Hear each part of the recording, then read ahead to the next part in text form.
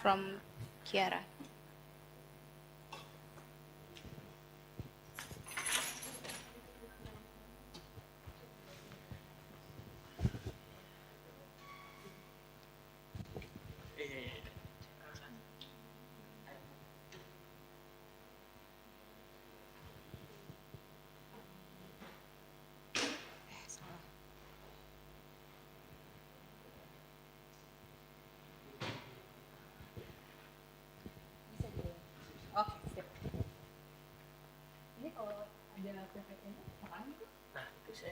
Saya juga baru kesini. Waduh, ini coklat gini. Saya baru hari ini kesini. Sama. Kayaknya mah. Coba dicoba tuh PPT-nya nyalain.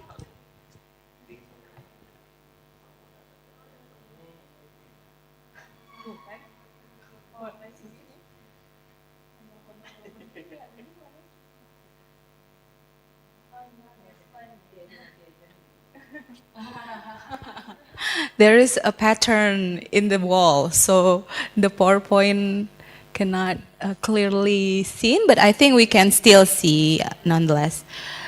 Okay. Oh, really? I think we can change the. Can you change, Julian, the background of the PowerPoint from? Yeah. Whoa, there's so many pizza here. I try to see it first. Oh yeah, see first. I think cek dulu aja, lihat. Ini, there is pizza in your presentation. And it Should have been a surprise. yeah. No. Lihat depannya aja. Tapi kan sebenarnya yang coklat cuma depannya aja ya. Iya, Kayaknya bisa sih. I think the only brown is in your cover, only in the front, right? Yeah, in the cover. I think it's good. Yeah, I think it's good. Yeah, soalnya there's. She wants to give us surprise, so don't show anything. Sorry about that. Okay, I think we will start if it's already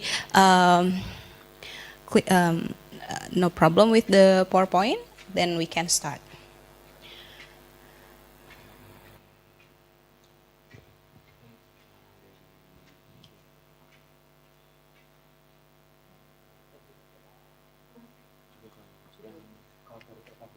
Kalau cover pertama kan cuma itu pindah aja. Iya. Ganti putih aja latarnya.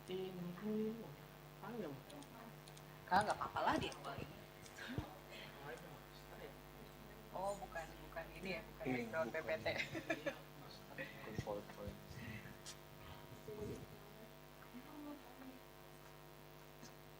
Ada anak buah sini? Itu ada anak buah bukan? Bukan. Iya.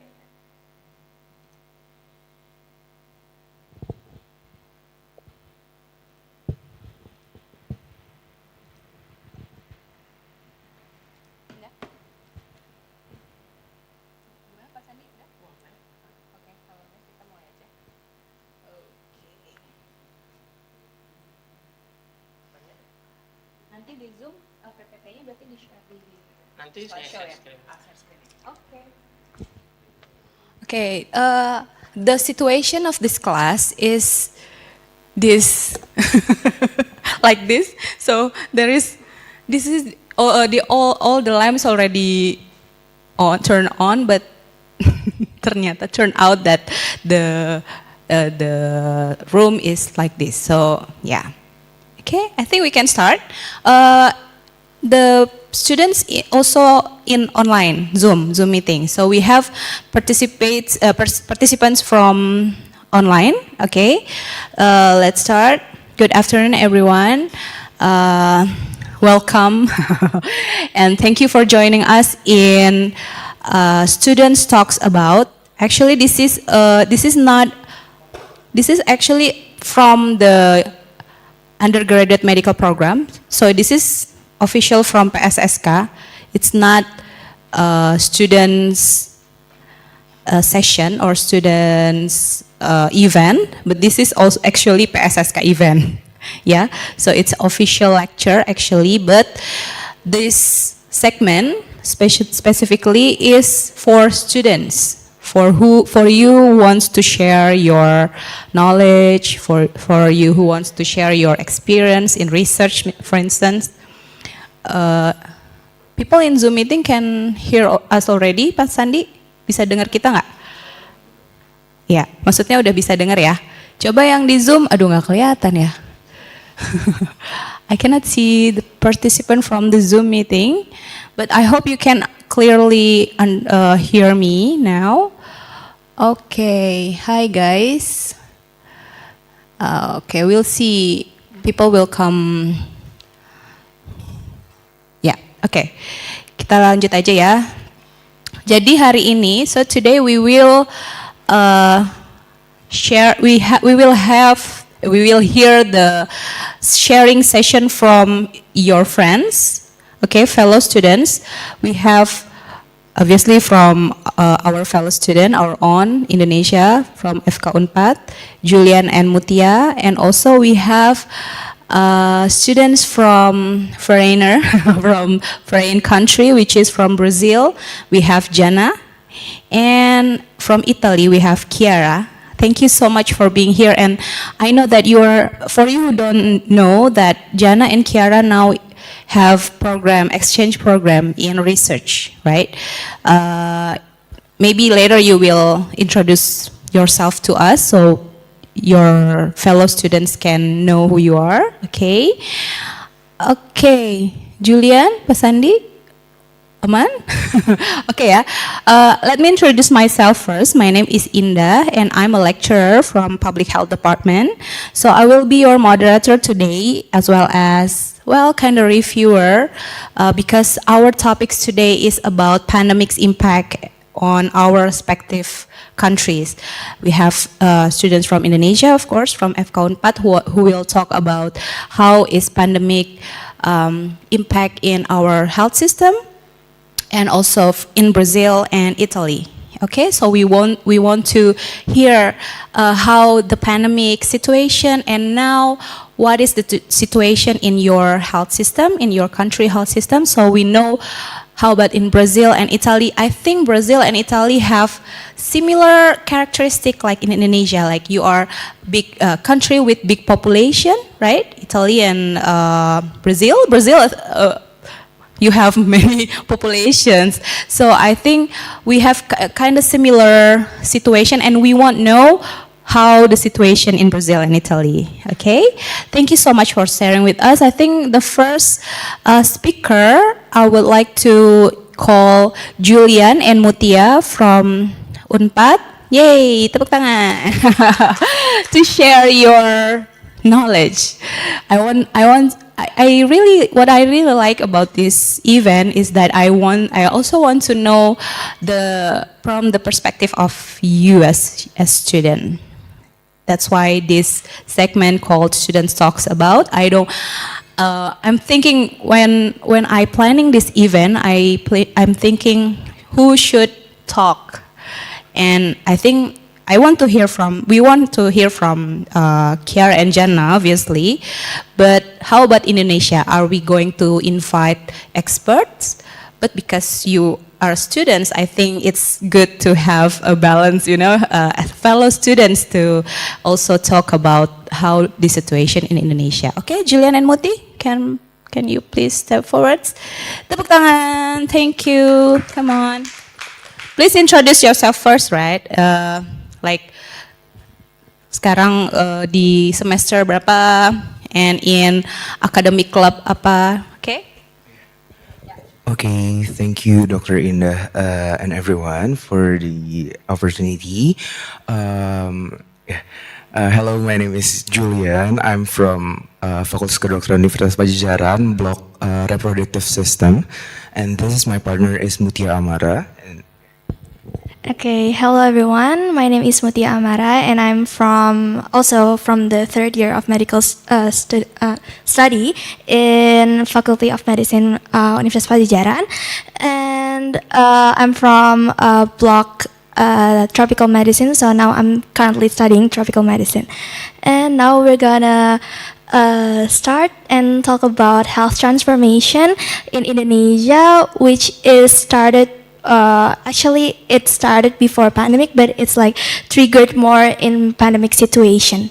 So first things first, maybe we can to the next slide. Okay, so for the background itself, health system in transformation is an effort to change the existed and implemented healthcare system to become more effective and efficient in providing health services. And the purpose is to escalate the quality of health services, broaden the accessibility, and diminish the disparity between each regions. Because as we know that Indonesia has a lot of islands, so there's a lot of regions that has disparity between each other. So that's why the main purpose and the main objective of this health transformation is escalate to the quality and then broaden the accessibility for all the people in Indonesia, and also diminish the disparity between each regions and especially islands.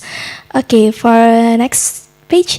Okay, and there's 6 pillars of health transformation in Indonesia. There is primary healthcare, and then secondary and tertiary healthcare, or we can call it a referring system in Indonesia, and then healthcare resiliency, and then fundings in healthcare, and also human resources for health and technology in healthcare. Okay, so for the next page is transformation in primary healthcare, which will brought by Julian. Okay, thank you, Mita.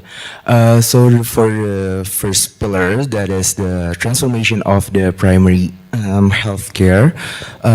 So we know that everyone have the rights to have the easy access to primary healthcare, especially to claim their health and their rights to be health. For the first plan of the first pillar, there is the revitalization in primary health care. That is has 2 main points. That is to integrating the services in the primary health care. Especially we have 5 leveling of primary health care. That's for the most broad is we know that the hospital, and then for the lower level of it is the puskesmas or primary health care that is in what do you call kecamatan, yeah? What can you call kecamatan? Yeah, district. Okay, so puskesmas is like the primary health care that spread through the district, and then in the more narrow district there is this posyandu atau pos pelayanan terpadu that is focused on maternal and child health. Before this transformation, maybe I will talk about it later. And then there is the home visit for support. Okay. So by the word integrating services in posyandu, or the primary healthcare that can be accessed by the village or some type of village. The word integrating in here means that they want to change the orientation and the focus that changed to more wider group of population of age.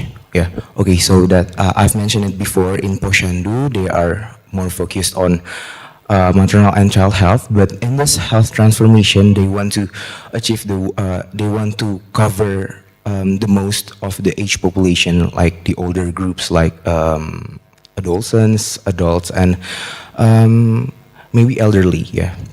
Elderly. And then there is this effort to make lab examination to be more accessible for the people that in Indonesia before the 2021 we can access the lab examination through the hospital only, or any proper lab. We can call it yeah, we can access it in proper lab or maybe in hospital. But now, but with this health transformation system, we want to make the lab examination is more accessible by reaching out the 5 levels of primary healthcare that we have. Yeah, especially the puskesmas or the primary healthcare that you can access in the district. Okay. Yeah. So this is the services that we want to deliver by in the primary healthcare. Yeah, especially in puskesmas and posyandu that you can find in the district and the village. And next slide. Yeah, so and this is the service that we can afford and we can find in the lab in the primary examination and the primary healthcare. Yeah, next. Okay, so there are actually 3 main prevention programs in this health transformation system in the primary healthcare services. There's the first one is routine immunization. We already have this routine immunization program, but only for 11 disease, and we want to add 3 more disease that is yeah, that is for HPV, PCV, and rotavirus. That the concern of this issue is that cervical cancer is the only cancer that can be prevented by doing the immunization of HPV or human papillomavirus. And then for the pneumonia and diarrhea, it is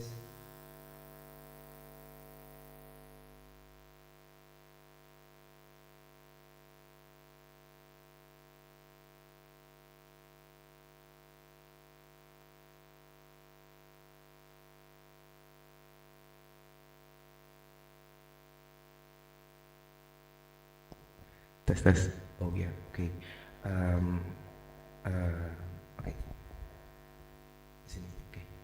Okay, so for the pneumonia and diarrhea are the 2 of 5 leading causes of high rate mortality in toddler in Indonesia that we want to prevent it by giving the immunization of PCV and rotavirus. Yeah, so we are giving about 14 immunization or 14 types of vaccine now. Yeah. Next. For the second program, we want to broadening the screening, the type of screening that we can give to the society. That is the concern are the screening needed for the I guess yeah, it's yeah, more than that. It's the diseases are congenital hyperthyroid, thalassemia, anemia, stroke, heart attack, hypertension, COPD, tuberculosis, lung cancer, hepatitis, diabetes, breast cancer, cervical cancer, and colon cancer. There are the leading causes of mortality in every age group in Indonesia. So the system is promoting to we have to detect this disease earlier than we have before. Yeah. So it's a concern of this health transformation. So next. Oh yeah, okay. So yeah, the last one is efforts to tackle stunting because stunting or malnutrition is still a thing in Indonesia, especially in some, I guess, a remote area or some area that difficult in accessing the health and the nutrition, the sufficient nutrition to be fulfilled. So these are for efforts that government and with this health transformation system want to achieve.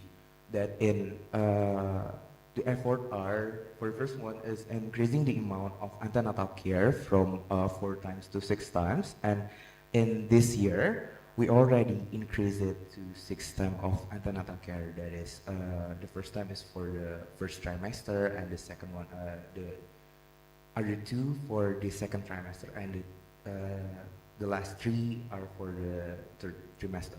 Okay, and for the second one is distributing the 10,000, about 10,000 hemoglobin matter and about 2, yeah, around 2 and 3 million hemoglobin strips to the primary healthcare for the screening of this, yeah, the stunting and no, it's not for screening for stunting, but it's the checkup for the pregnant mother for their health status and other stuff like that.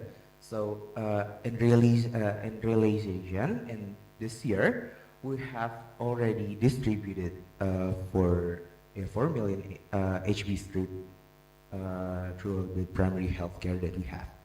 Okay, for the third one is about ratio one and about half primary healthcares will have USG, yeah, ultrasonic, ultrasonic. And in this year, we already have 1,900 primary healthcares that have USG. And for the last program, that's about one to third primary healthcares will have standardized anthropometric kit for the screening of stunting itself.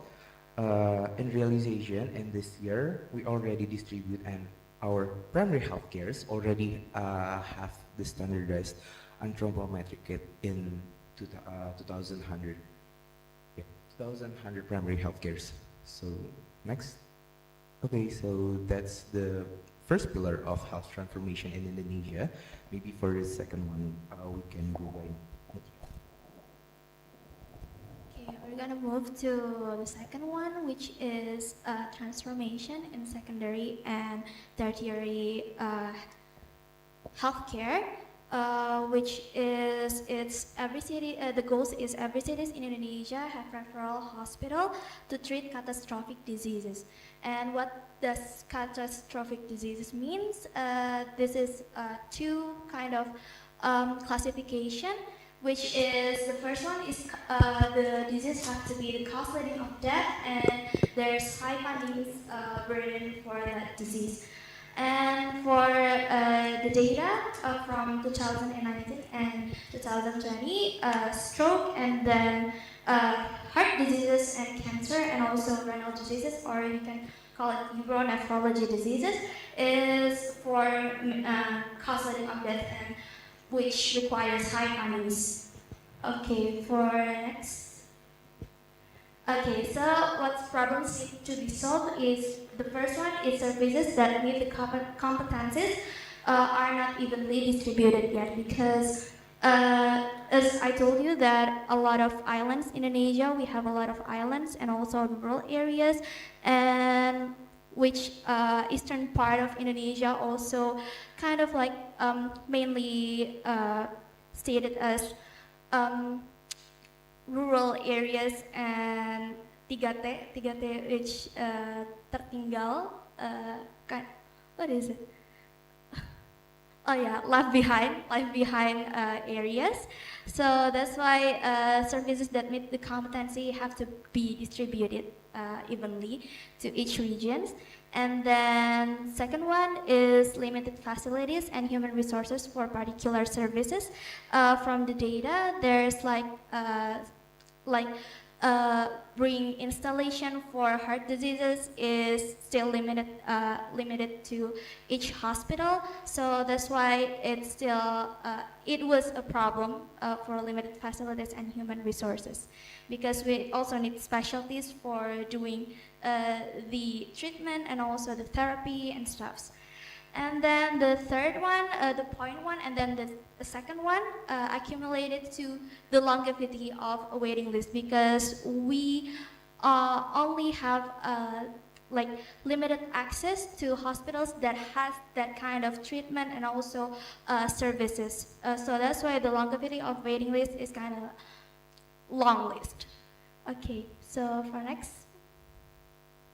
So the transformation, the goals is to increase access and quality of secondary and tertiary healthcare services. So the first one, what the government do is development of hospital, especially in the eastern part of Indonesia and also rural areas. So everybody has the same access to healthcare and the same access to services in Indonesia. So, and then the second one, development of hospitals in Jejaring Pengampuan I cannot translate. Networking yeah, in 6 excellent services. And then the third one is partnership with world's top healthcare centers, because in this globalization era, we have to collaborate to partners. Okay, so next. And then how we can do the transformation is the first one, optimize national networking hospital for priorities. And then second one, hospital classification according to competencies as well as facilities and distributing it. And for this one, there's a next slide that I will elaborate it more. And then third one is financial subsidy allocation for meeting the need of medical equipment. And then fourth, partnership agreements signed by 24 governors in Indonesia. This is the realization. And then guidance for interventions and surgical procedures in some of hospitals already done. Okay, so for next one. Next. Okay. So this is the classification and distribution that as an effort from our government to distribute evenly the facilities and provide access to all of people in Indonesia equally. So there's RS Madya, RS Utama, and RS Paripurna. There's like stages of hospitals in Indonesia for classification. From the priorities of disease like heart and stroke in RS Madya or Madya hospitals classification. They have invasive diagnostic and non-surgery intervention. And then in Utama hospitals, there's like open heart surgery and open neurological surgery. And then in Paripurna hospitals, there's advanced surgery and non-surgery intervention for heart and neurological. So that's kind of like stages that classify each hospitals. And this is the classification. So how the governments distribute all of these hospitals is at least one Paripurna hospital in each province and one Madhya hospitals in each city or regency. Okay, so next. Okay, this is the challenges in transformation in terms of secondary and tertiary healthcare. The first one is access and facilities. As I told you so many times, that we are islands. We have a lot of islands and a lot of rural areas, and we are big countries. So it's kind of hard to evenly distribute the access and also facilities, because many of our people still needs to go through like hard way to the healthcare services. And then also big number of total budget estimation, because the goal is to establish hospitals in each province, each regency, each cities like that. But it's accumulate to big number of total budget estimation until 2027. It's approximately 31 trillion rupiah. So that is still challenges that have to be overcome in the future. And also the third one is specialist doctors necessity is still high in number, especially in Paripurna Hospital and also Utama Hospital. And the specialist doctor also not evenly distributed there, because as in the fourth one, the medical school has not all of the medical school has specialist and subspecialist degree, and medical school is kind of like centralized in Java, because we have a lot of medical school in Java Islands, but not really in the eastern part of Indonesia and also across the country. So it's kind of like that, which cost the specialist doctor's necessity is still high in some part of Indonesia. So next one. Okay, this is transformations in health resilience.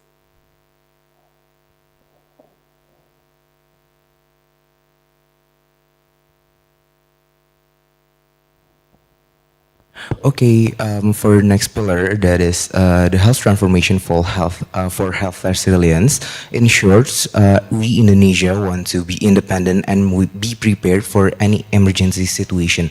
Okay, so maybe we can go by the next slide. Okay, so this is the objectives. That is the maximizing local production of pharmaceutical needs and medical devices, or we can call that alat kesehatan and other stuffs. Maybe we can go next, to the next slide. Okay, so these are the list, the big list of the government that.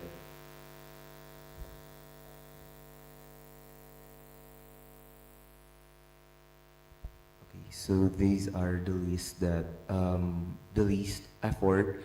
No, I mean the list of efforts that government want us to be independent in, or what the locals want to be produced, like in the vaccine and the drugs and the medical devices that we can see here. So we can go next slide.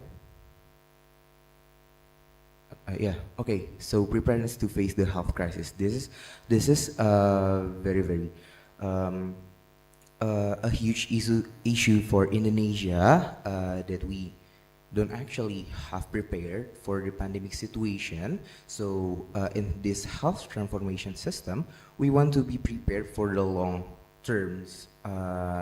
If by any chance we have to face another pandemic, like yeah, for the effort is the first one is identifying and registering the aim population or community to be the aid worker in health crisis that are have some materials that that they already have, and that they already know, and they can share to the other, and they can practice their skills and stuff, and then they will be the aid workers in health crisis.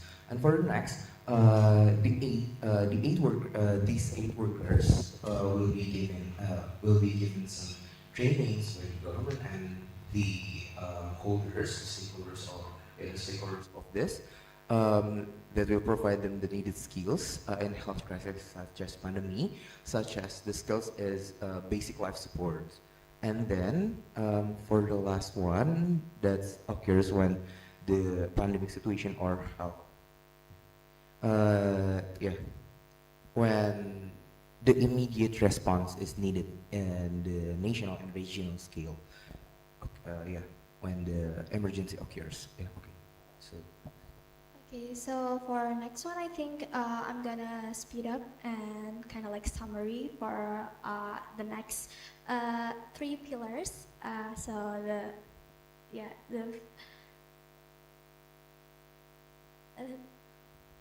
okay. So for this fundings, we kind of need to. Okay, so what is health?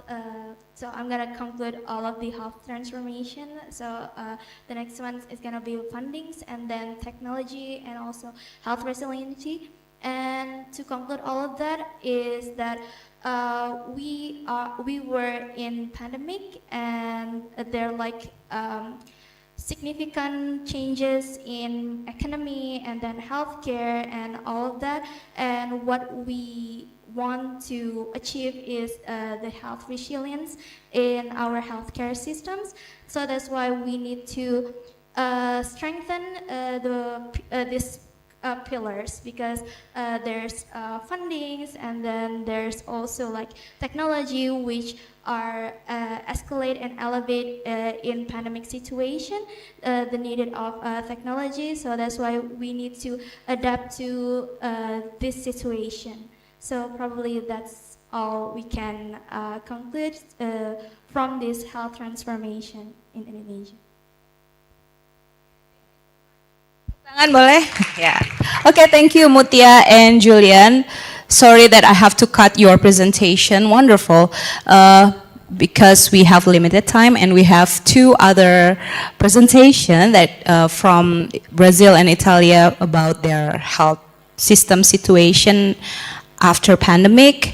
I hope that especially Kiara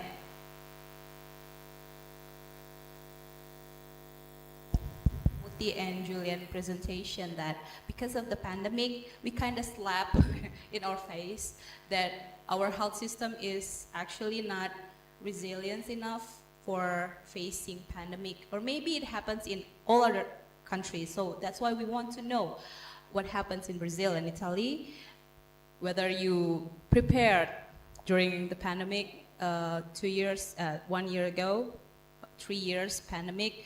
So without further ado, I want to present, please, Jenna from Brazil, or Chiara first? Okay, Chiara from Italy. Okay, give round of applause. Can you introduce yourself first? Because Hi everybody, I'm Chiara. I came from Italy. This is my fourth week here in Indonesia. I'm here for a project, a SCORA project.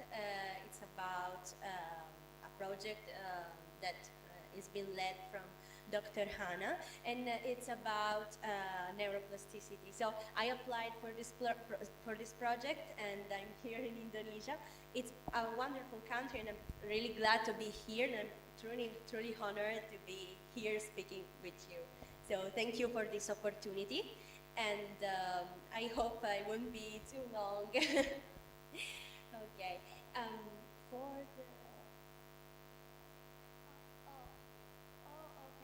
I hope the next slide will be more visible. So next, I'll introduce my country. As you know, Italy is a well-known country for a lot of stuff. The next slide, please. First of all, sorry, I have a cough. First of all, of course, the food. This is pizza. Everybody knows pizza. And next slide, please. Okay. I'm introducing my country using, for example, architecture. This is Colosseum in Rome. Next, please. It's well known because inside of it were a lot of fights between gladiators. I don't know if you've seen the film Gladiators. It's one of the first things you should see if you ever come in Italy, so I suggest to you. Next slide. There are a lot of art. Italy is known for Renaissance art. I'm doing a brief presentation about the country before talking about the healthcare system, so we know where we are in the world, and then we can go precisely at the point. This is, for example, one of our most famous paintings, Renaissance paintings. Next slide. And this was our maximum expense during this period in 1776 after Dominus. This was our level of expansion, and our capital was always in Rome. Next slide, sorry. This is another monument of Italy's tiramisu. Next slide. And this is pasta, of course. Next slide. And this is Venice. Next slide. This is our soccer team, and we are very proud of it. Absolutely proud of it. They are our gladiators, new gladiators. So, next slide. Okay. So, let's be serious now. I'm sorry. We are here now. My country is there. And on the other side of the globe, not as much as Brazil, but a lot of hours of flight, and they were all worth it to come here, by the way. Next slide. This is Italy, and this is a frame of Europe. They're not all countries, because they're from the east and other of the north. So this is Italy, France, Spain, and this is the shape of a boot.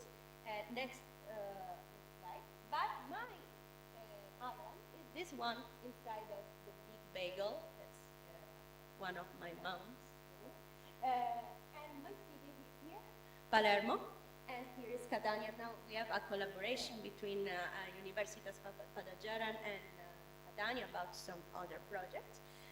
So maybe I'll be able to follow you from from home.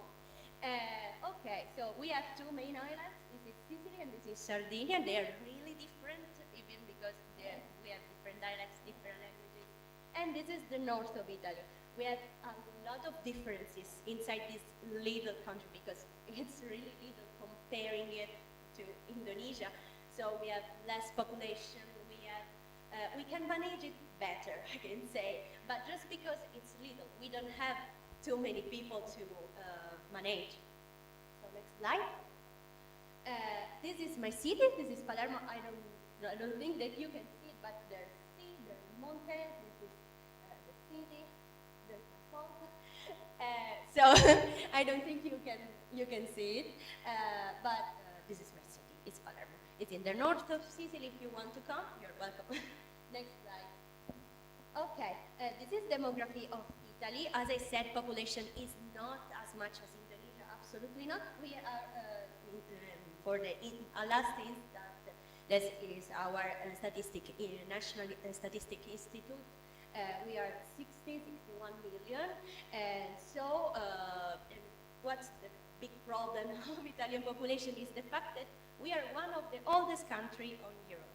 But that means that we have a lot of old people, more than young people, and we have also a loss in our work capabilities. And also we need an implement in care, of course. But I will say that later, more precisely. Then, as I said before, Italy is not evenly distributed. Even if it's a small country, we had a lot of conquest during the millennia. So we are really different. From north to south, we have two completely different cultures and even languages, because our official language, as I said, is Italian, but we have a lot of dialects.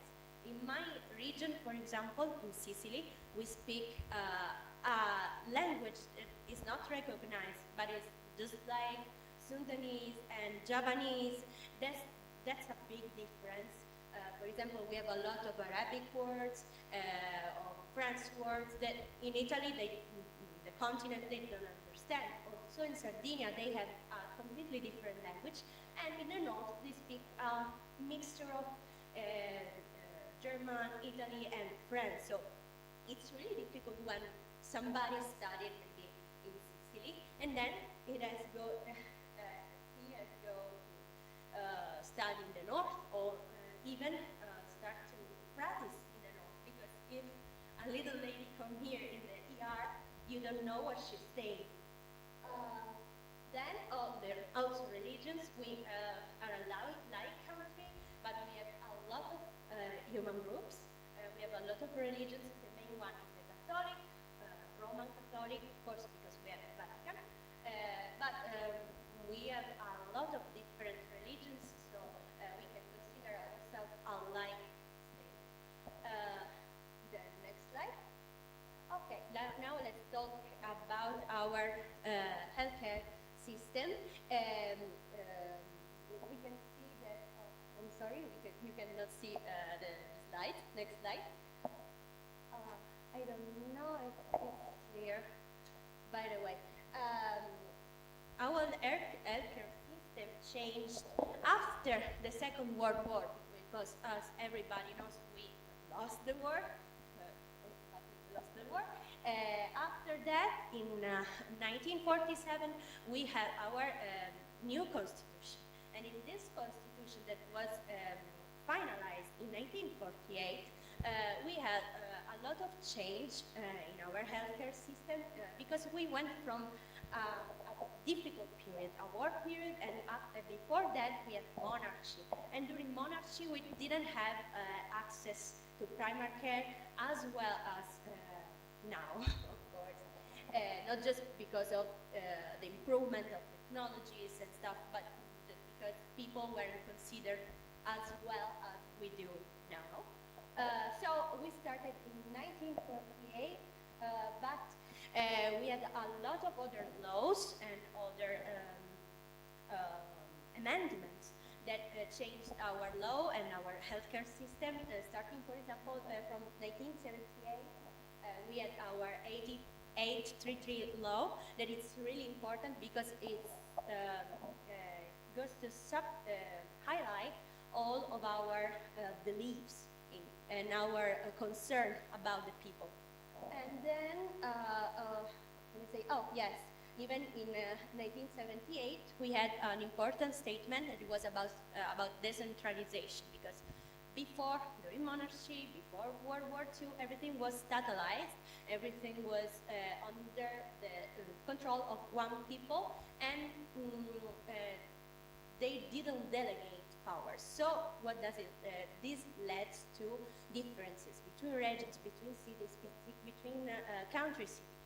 Thanks to the decentralization with the born of what we call ASL, they are the hospitals that cover a particular district. Even inside a city, we have different ASL that can assure us major cover. Okay, I just talked about the law 80. Next slide, please. Okay.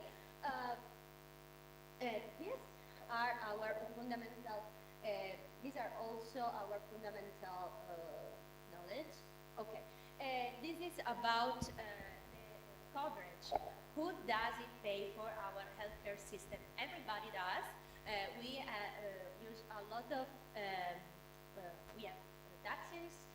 We have also private insurance, but they are not as used as taxes. I will talk about the budgeting later.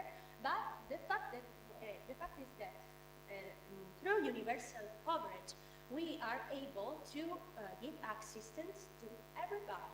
Everybody who comes at our door can be cured, and also freely in determinate situations that I will tell you. That's what I told you. We have a tax code system that allows us to be really friendly with everybody. And next slide. Okay, let's start briefly with Italian Constitution. This is the article that I mentioned before.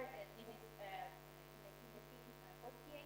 We had our article that, about the fundamental rights to health. It says that the Republic safeguards health as a fundamental right of the individual and collective interest, and guarantees free medical care in the EU. No one may oblige to undergo medical treatment except under the provision of the law. The law may not, under any circumstance, violate the limits imposed by respect and human person. And those are our father founders writing this. Next slide. Okay. This is now 833 that I mentioned before, and those are our pillars. They are about human dignity, protection, needs, solidarity, effectiveness, and appropriateness, cost-effectiveness, and equity. It's all about not just management of money, because we prioritize the health of the individual over it, and we'll see also why. Next slide. Okay. Now let's talk about the essential level of healthcare, because that's the ground base from where our health system is built. So, what are our essential level of healthcare? Next slide. We call them LEA. It's not written on the slide, but LEA, L-A-A, livelli essenziali di assistenza, essential level of healthcare, are about basically everything, but we can say labor assistance, ER, ambulances, also transplant, and also problematic in acute, like hepatitis, rhinitis, etc., or heart attacks. Everything is covered by our state. So if you're a tourist, you're in Italy, and you need primary health care not like in the US. You just can go or call an ambulance and they will arrive straight away. We Italians have this one. Wait, let's prepare it for you. It's my health card. It's valid in all states of European Union. So even if we go like in Germany or in France or in Spain, we can always use this one as an insurance because our state will cover us because of another law, that's the Schengen law. Such as the travels, we don't need passport. We don't need passport, we don't need travel insurance, we just need this and our ED card that is valid for exportation. And everybody so has that. This is our first care. We can go to the doctor, we have our first care, our first treatments, he can prescribe or give you drugs directly, even if they are not important drugs, just like paracetamol stuff. You can also buy yourself without any receipt. We call it ricetto, but it's a medical prescription, sorry. It's an Italianism. And then, whenever we feel sick, we can call our doctor. He comes to our home, our family doctor, family practitioner, and then we can access to other levels of health. Next slide. Okay. This is what happens when a tourist in Italy doesn't stay well. As I said before, we have Guardia Medica, that is the medical guard. We can assess, but also tourists can assess, and they are given like everything they need. Even if I remember this summer, for example, a tourist from America, he came to us with a broken nose, and my professor without making him pay. His first thought was about his health, because he had to take the plan, otherwise he would have suffered a lot, or he should have stayed more in Italy. So his first thought was, we have to fix the nose of this guy, for example.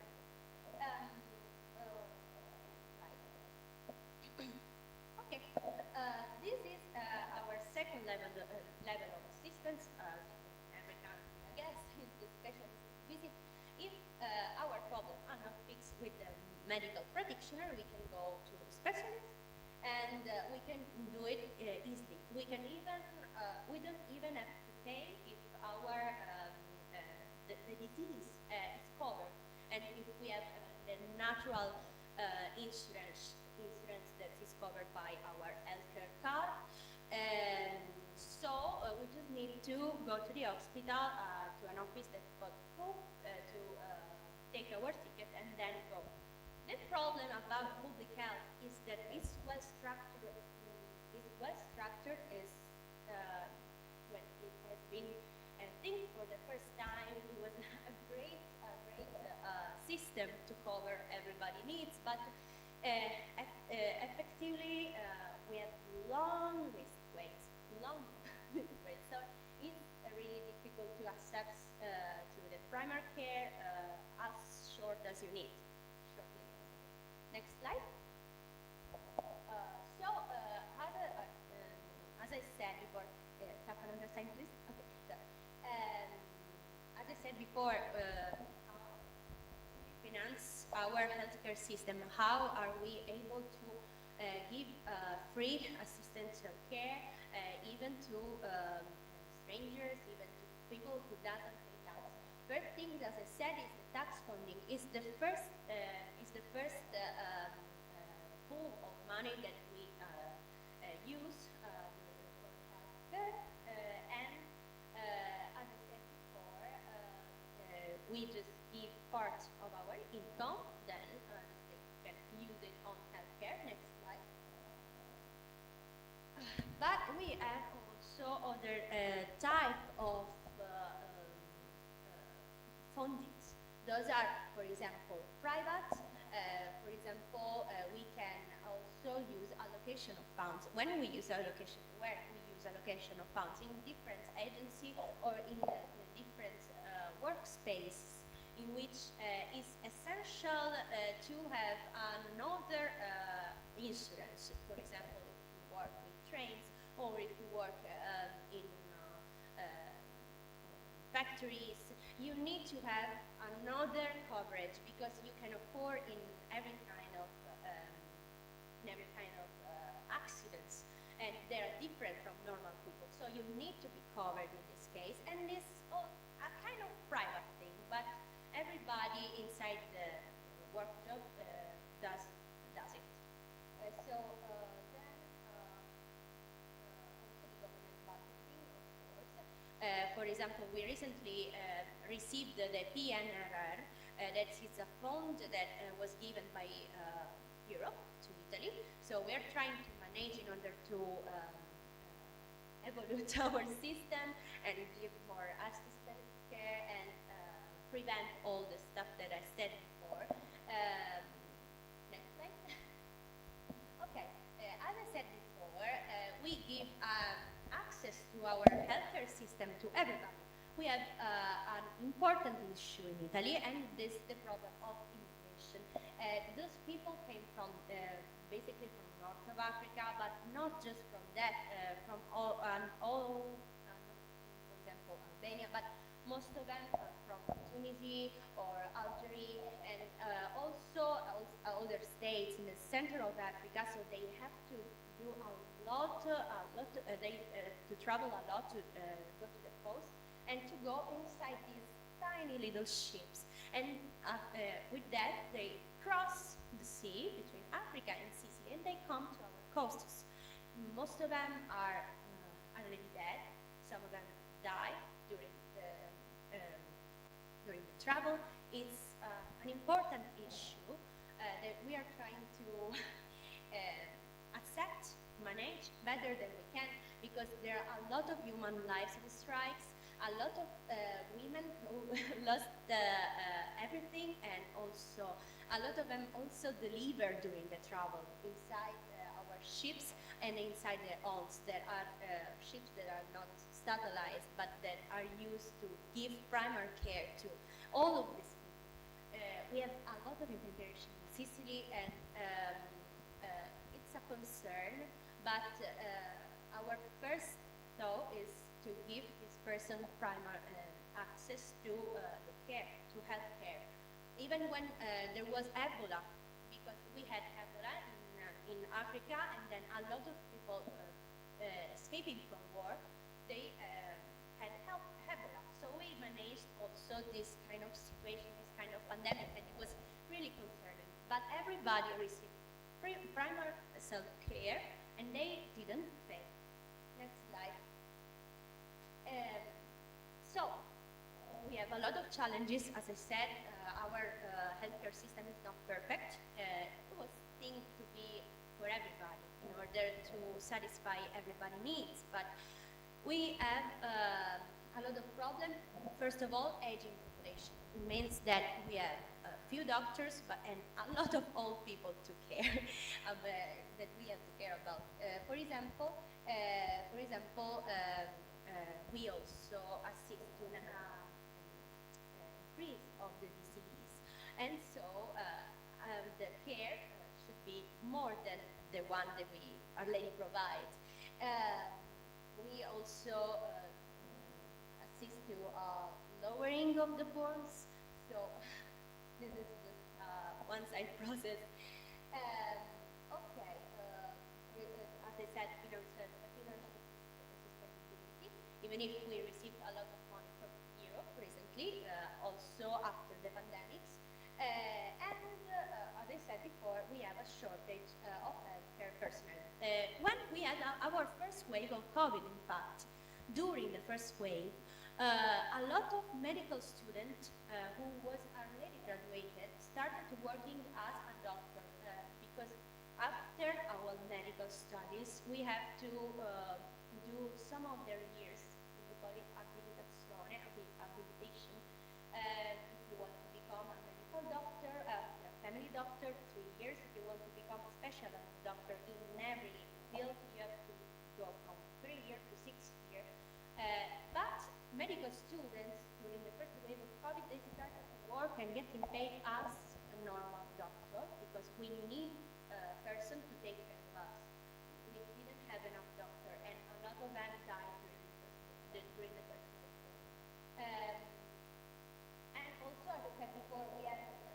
significant disparities between the regions. North is well maintained, south is not that good.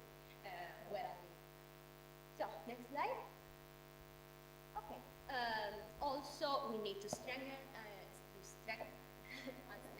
on our primary care, and also in mental health. That's an issue that grew also during the pandemic, because mental health is a stigma in Italy. There's a lot of old mentalities in which whenever a person has issues like depressions or like anxiety, is not well seen by the community, so they try to hide.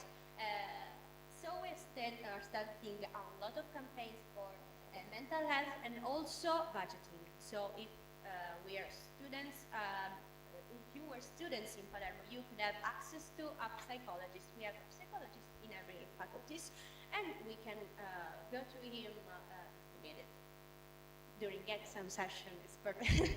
Joking. So next slide. Okay. During COVID-19 pandemic, we had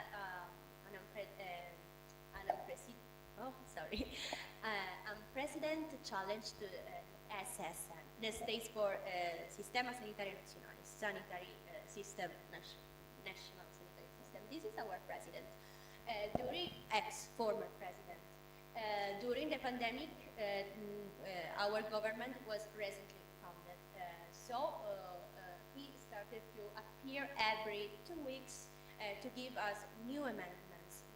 We felt a lot of, how can I say, politicians were really near to people. They were prone to help, but also they were really strict with the rules. We couldn't get out home in the first wave for even 4 months. 4 months was maybe our longest lockdown. Then we had a period of overture and then another lockdown. But every time we needed new rules, there was an amendment on television with our president, former president. Next slide. Those are the measures that we decided to have. Of course, to healthcare system, we had an increased funding. As I said before, a lot of new doctors that weren't doctors at the time were assumed paid. And also, it was like a push for our healthcare system, because as I said before, we are home, we are static, we don't tend to move forward, and this need made a push to our healthcare system. For example, using telemedicine, and now we can also have consults online. Everybody does. And then we use apps like Immunia for tracing. We have vaccine distribution. We were one of the first countries, maybe in Europe, to receive vaccines, and our healthcare health worker were, so even the medicine students were the first to be tested. We also had a lot of expansion of hospital. We built a lot of, when you do the hospital outside, in the streets, in the squares, to also bring primary care and efficiency down in the street with poor people. Next slide. Those were the commercials that we used in Italy, very touching. And this actually happened a lot in our departments, because we had these transparent plastic walls, so daughters came to hug their mothers. It was really touching during the period. But this was a way in which we could actually find humanity inside a very strong period that cost a lot of lives. Next slide. And so, in short, those are all our privileges thanks to our healthcare system. It's the universality, the fact that our professional assessment, it's all about need for assistance. And we don't wait for like economic or financial viability. We just gave everything up. And it's not really good for our economic, but it's human, and our level of healthcare is global. So for everyone and everywhere. Next slide.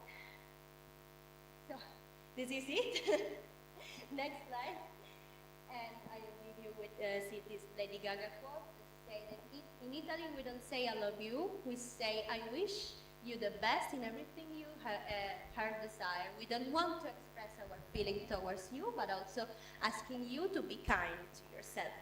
So thanks for your attention, and I hope I didn't bore you that much.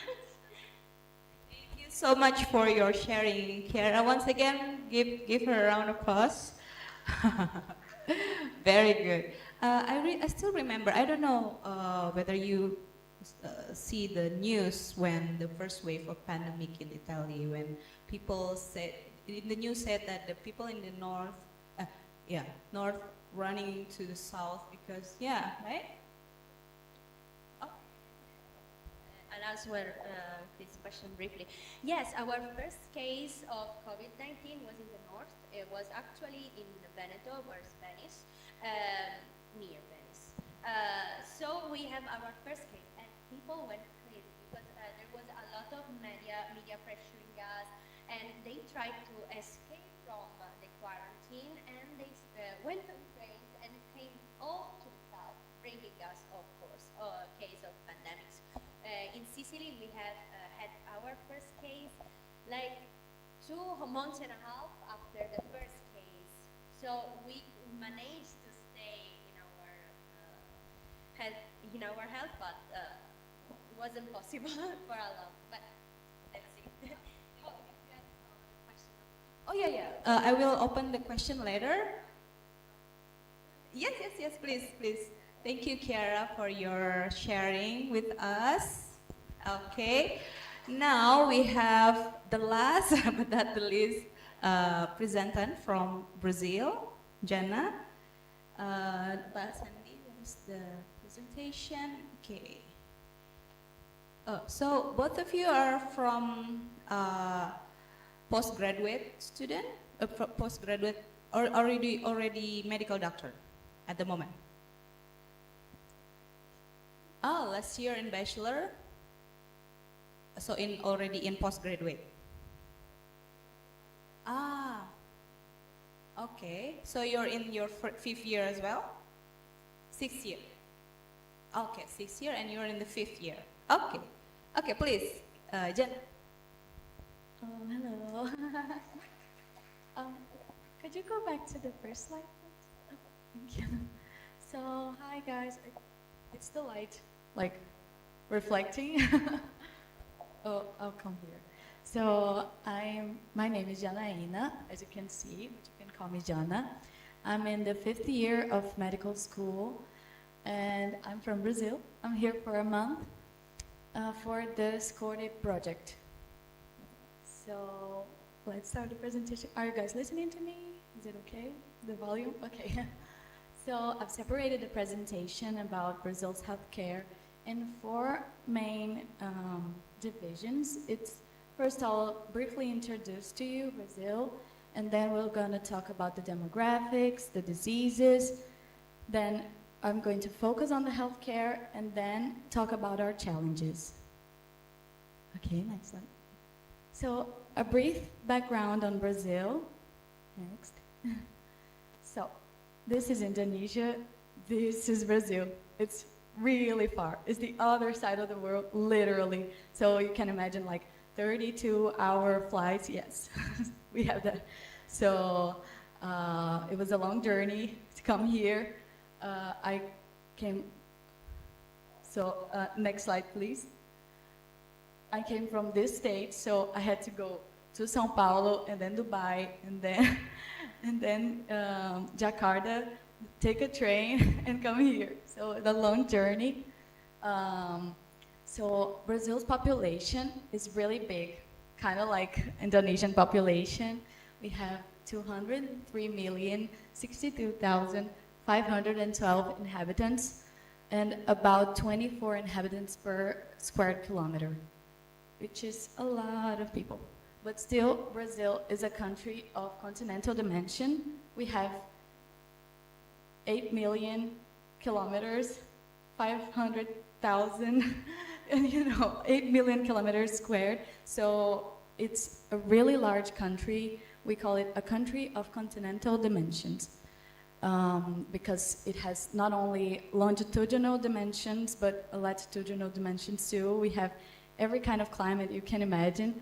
Our education, so you can understand the Brazil's population, we have an enrollment rate of 99.4%, but we still have about 5% of illiteracy.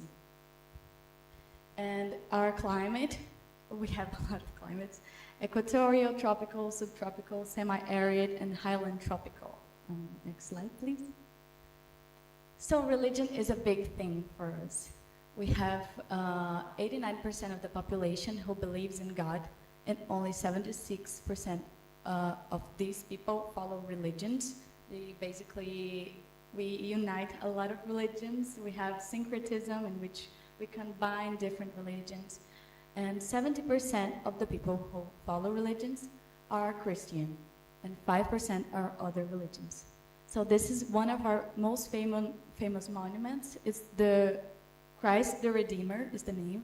It's in Rio. You've probably seen pictures of it. It's really beautiful. And our ethnicity is really mixed because Brazil received a lot of immigrants. So we have 43% of white populations, probably because of the Europeans that came. And we also have 56.1% of black and Pardo people. What is Pardo people?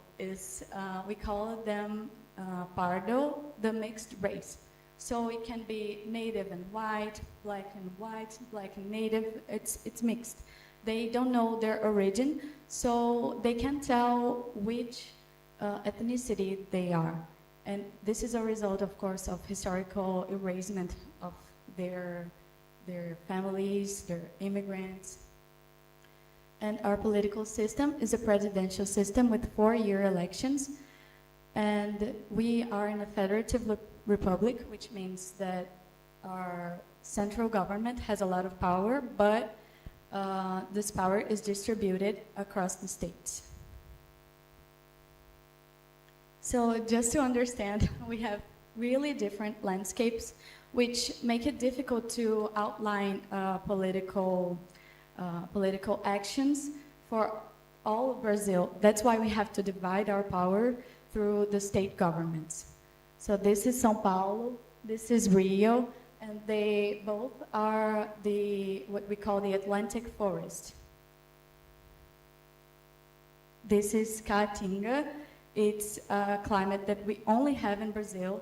It's kind of a desert, but it also is like they have rain and they have really dry periods. So it's really difficult to tackle this population because they are really isolated, and they were isolated for a long time. I think they only got like political actions about in 1980s. It's when things started to improve there.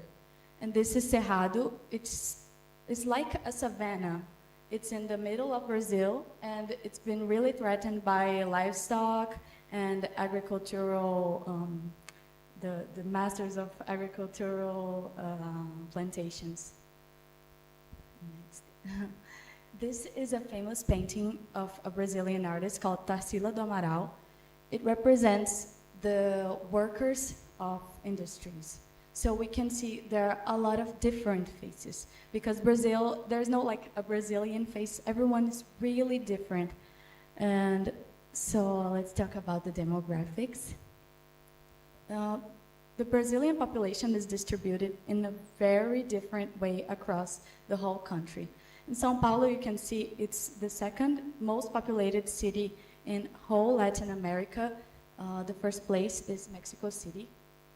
And Rio has a big representation of favelas, which are irregular housings but they are really richly cultured, and they are a reason to be proud because these people, they've been through a lot. The government avoids to help them because they say it's not regular, so they shouldn't help, but still they are able to contribute culturally a lot for Brazil.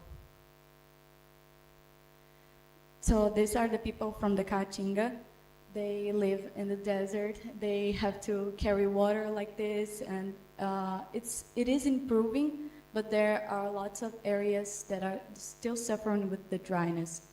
And the originary people, they were really, they just survived a little bit at the Amazon forest. There are still some groups across Brazil, but they are really a less significant numbered because they suffered a lot. So they're still suffering with mining and the contamination of waters.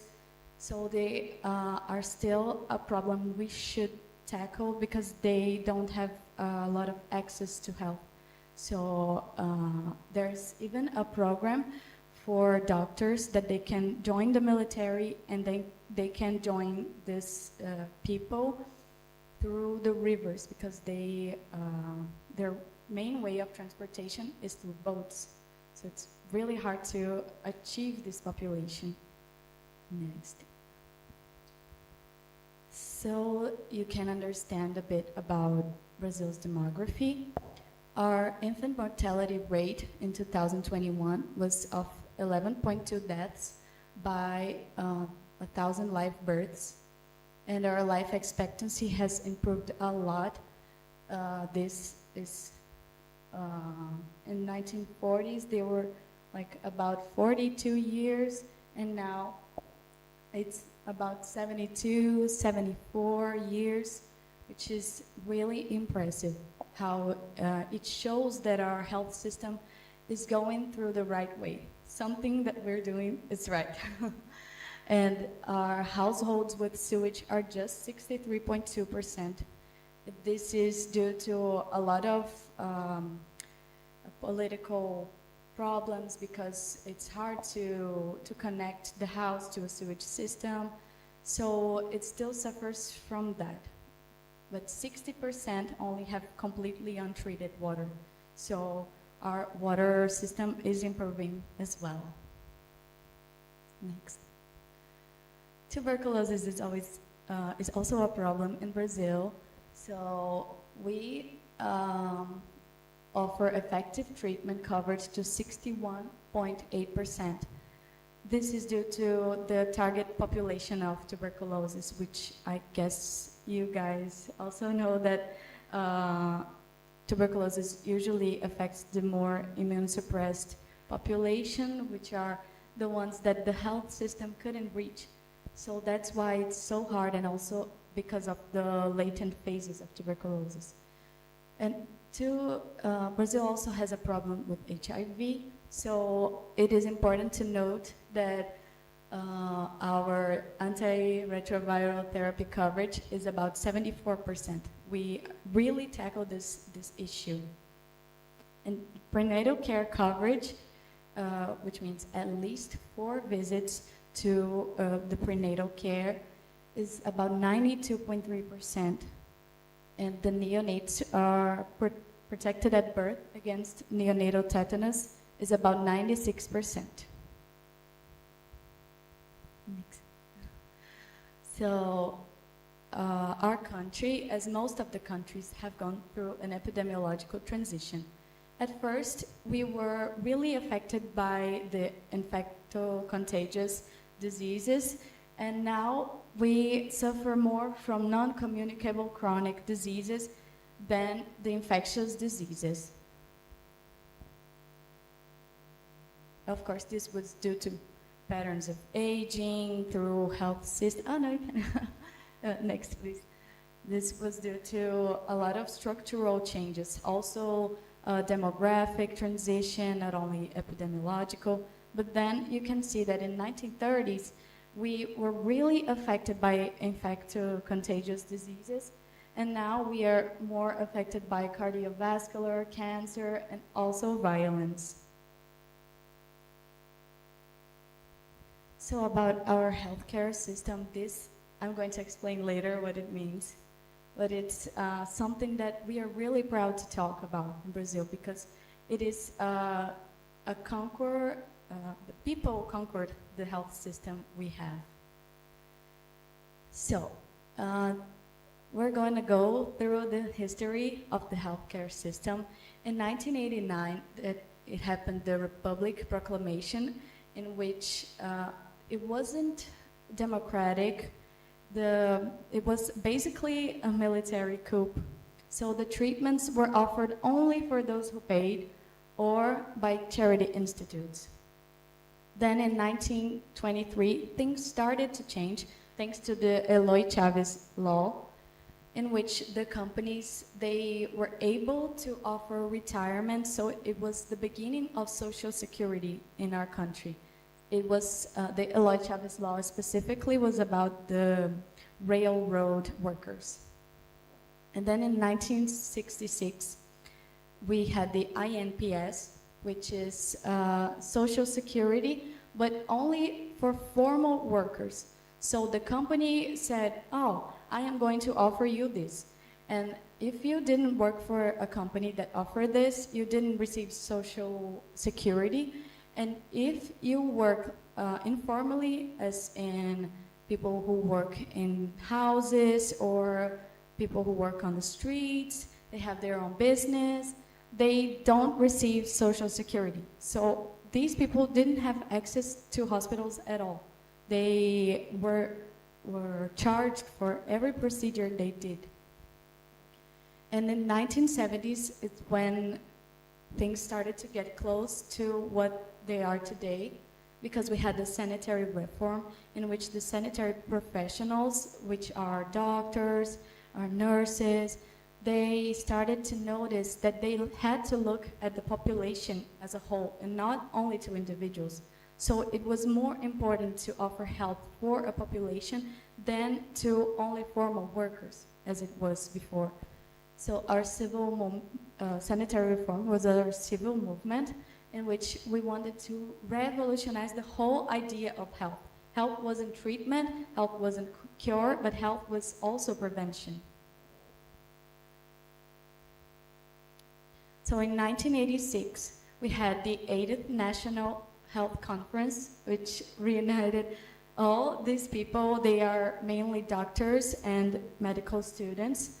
They were really concerned about Brazil's health situation because it was just the end of the military dictatorship. So people started to gain a lot of more power, and they wanted change because population was really neglected at that time.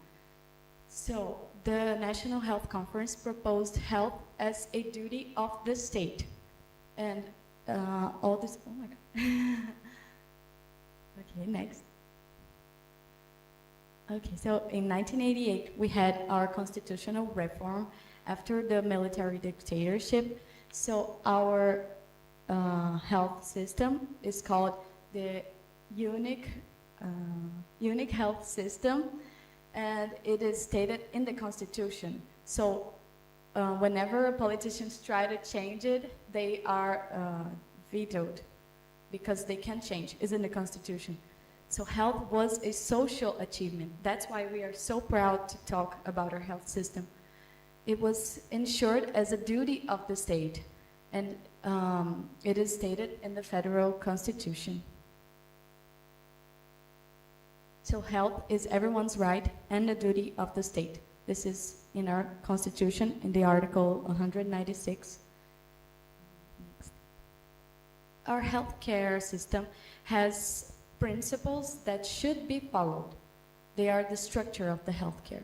First, universality, in which we try to reach everyone in the country, and not all Brazilians, but literally everyone. All immigrants or tourists that arrive there, they don't pay for anything. It's all for free. And we also have the goal to reach the most the population that are far away from the center that usually aren't reached. So our other most important, the three ones are most important: universality, integrality, and equity. Integrality postulates that we have to look at a patient as a whole. So our healthcare system should provide prevention, should provide the treatment, and also the follow-up. And equity says that we should treat our patients differently and not equally. We have to treat the ones who need the most with more attention and more care. We have to offer this special attention. Also, decentralization is really important because, as I said, there are many climates. The people are really different from each other. So we have to decentralize in order to look at people with different eyes. We can't just say something by the executive central power and expect the whole population to fit in these policies.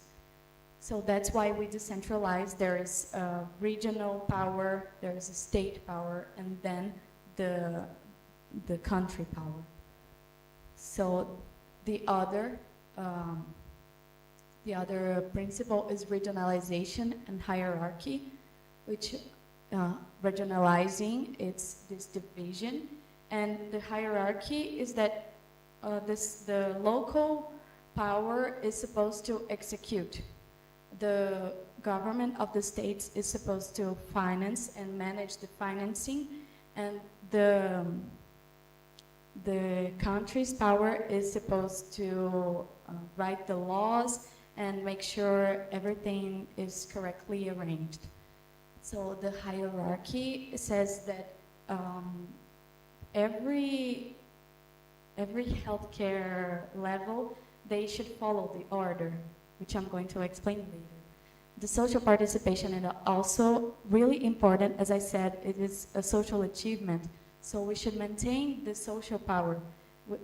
So we have some meetings, some gatherings every 2 years or every 3 years with different groups that have a percentage of population groups, which includes the whole population, the doctors, the laboratories, the industries. They always gather to outline their next policies. The private sector should be only complementary, but we will see that it is not what happens actually. And the solvability is really important because every level of health should solve all the problems that they can solve. They can't just shift to the next level. Okay, next. So the financing is already written, so we can't just change through, oh, we need more money, so we should send them more money. It's not what happens. And it will cause some problems in the pandemics, as we will see. But 39% of the financing is public, 50% is from town taxes, 12% of state taxes, and 15% of country taxes, plus the adjustment, which varies with inflation. And 61% actually comes from private companies, which means not only companies, but also families. So the private sector has much more importance than it should have, which is a problem because we are almost dependent of them. So this financing, it happens through, sometimes there are some hospitals that are financed by philanthropic institutions, and they are really important. Also, by the way, my hospital is a philanthropic institution. So we see that it's still really crowded, and it's really important for the population. And the levels of healthcare system, we have primary care, secondary care, and tertiary care. The primary care is supposed to prevent diseases, They take care of low complexity cases, and they have laboratories too. So it is really nice. We see how important it is on our medical education too. Oh my God. Okay, so this is basically the same. I'm just going to say that to enter the system, we have to, we can go from primary care, which is basic health units, emergency care units, or centers for psychosocial assistance. You can enter the system with other way. Next, please. Our vaccination is something we are really proud of. Unfortunately, as you can see, it is declining from 95% overall vaccination coverage in 2015 to 68% in 2022. And this is our mascot for polio vaccine, which is an oral vaccine, so he's a little drop, as you can see.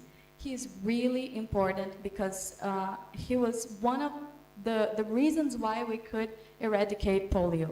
But now the coverage is decreasing, as you can see, from 85% to 68%. So we are really concerned and trying to improve our national program of immunizations, advertisements, and marketing. We also provide many other services. I'm just going to go through them fast because we have to talk about the pandemic. So we offer the popular pharmacy program in which we can provide free medicine or subsidize, so it is really cheaper, and also provide odontological assistance from primary care to specialized surgeries, all for free. Next. We also have emergency mobile care service for free. So if you are hit by a car in Brazil, it's free of charge. You can call the emergency mobility care service. And we also have family medicine for free. We have a component of the Brazilian psychiatry reform, which are the CAPs. They're really important to decentralize the attention for mental health illnesses. And we have free home care too for people who are in need for motor rehabilitation.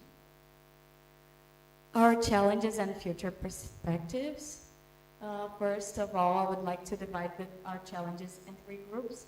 First one is management, because this lack of integration between the regionalizing powers, they really affect our power to manage the necessities of the people.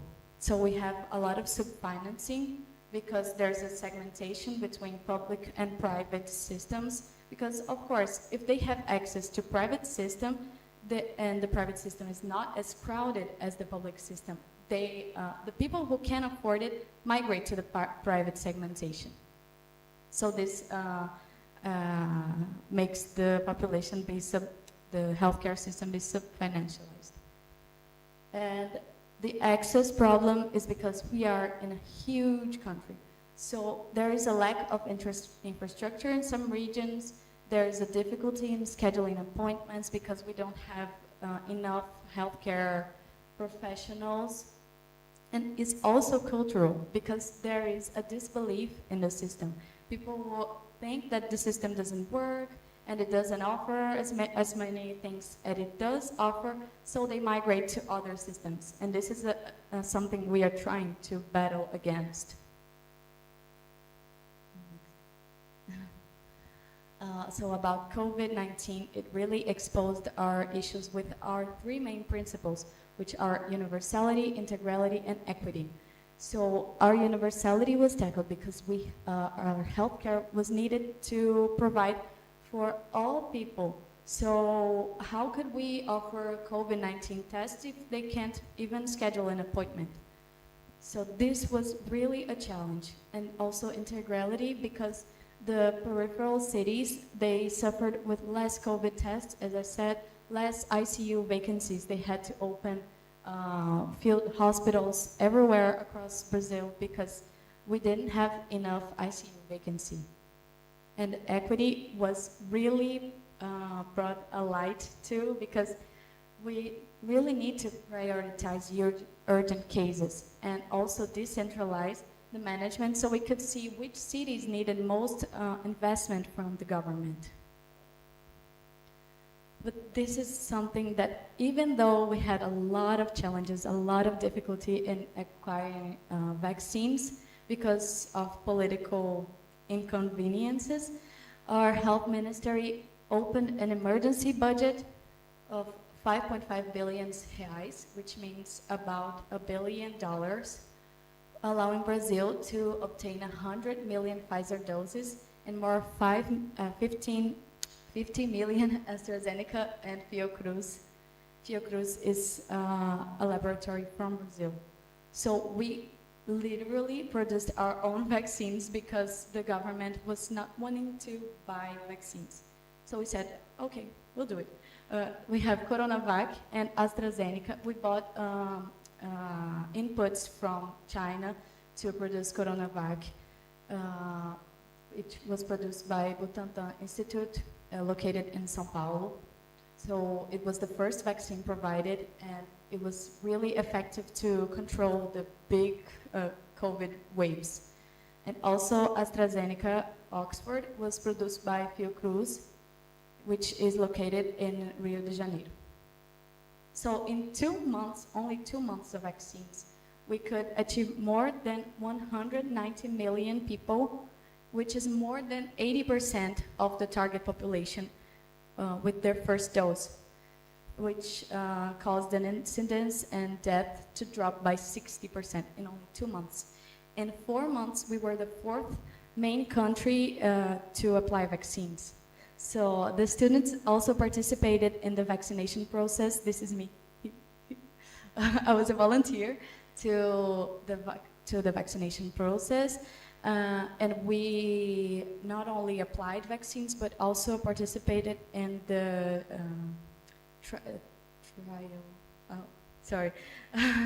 like we screened the people. So there is a need to outline new measures to combat the consequences left by COVID, as Chiara also said about the mental health issues. And there is obviously a need for improvement of prevention actions that was really clear to us. If we prevented the COVID-19 better as we did, we wouldn't have so many deaths and so many losses.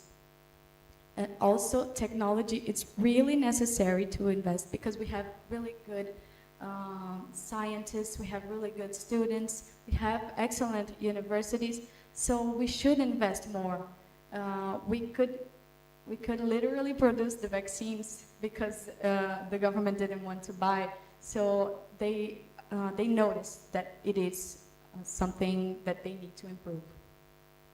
That's why one of our future perspectives is to improve the monitoring and the notification process by an app that we have. It's called Connect SUS. In which we can identify the diseases, we can notify the diseases, and we can also use it to see our vaccination card. And the project is also to add more data so the government can compute the data and evaluate what is their investment more priorities. Okay, next. And in Brazil, we will have the world's first maximum biological containment laboratory complex connected to a synchrotron light source, which will be the first biological level 4 in Latin America. So this is the lab, is the world's first maximum biological containment complex connected to a synchrotron light source. The synchrotron is like a super microscope. So these are my references. Thank you.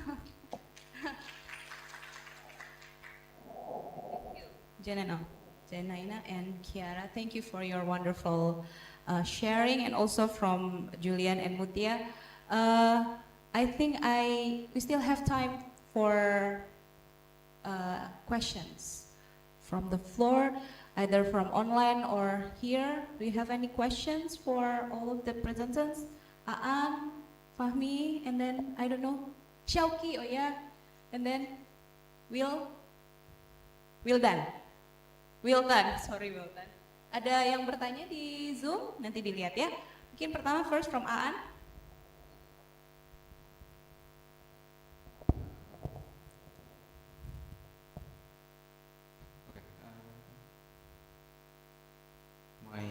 My name is Aan. Thank you for your insightful presentations. I think I want to ask, especially both of you, you've presented how healthcare systems in Italy and Brazil has evolved over time.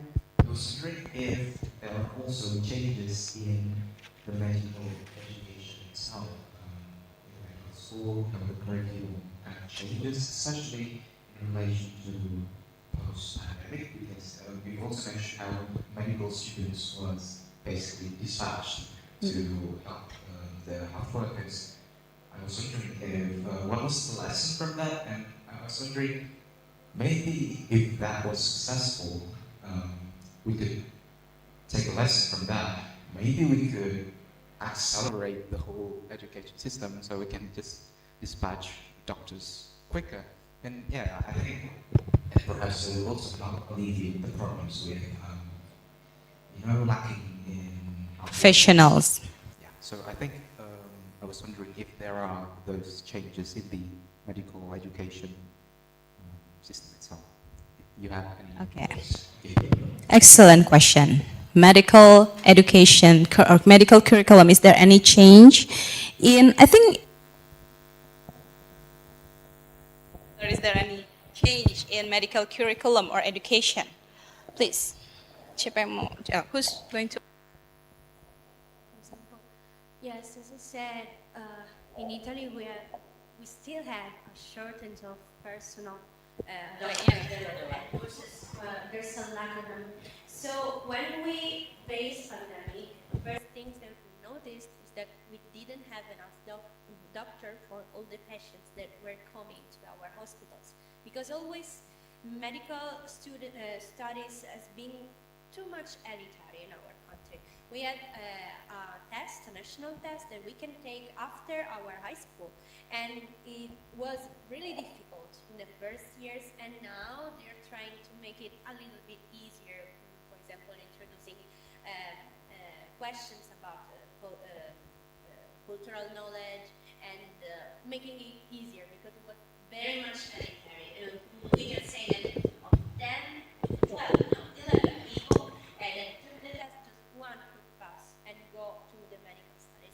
And then after that, to perform the art of medicine, we have to take another test. We had to take another test, because thanks to the pandemic now, we can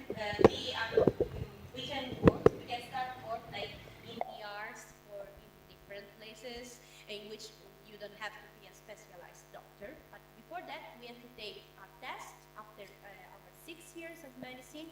Was a national test for habilitation, as I said before, and then another one to enter the specialty which we want to go, or to be a medical doctor. So in total, we have 3 tests. We had 3 tests, now just 2.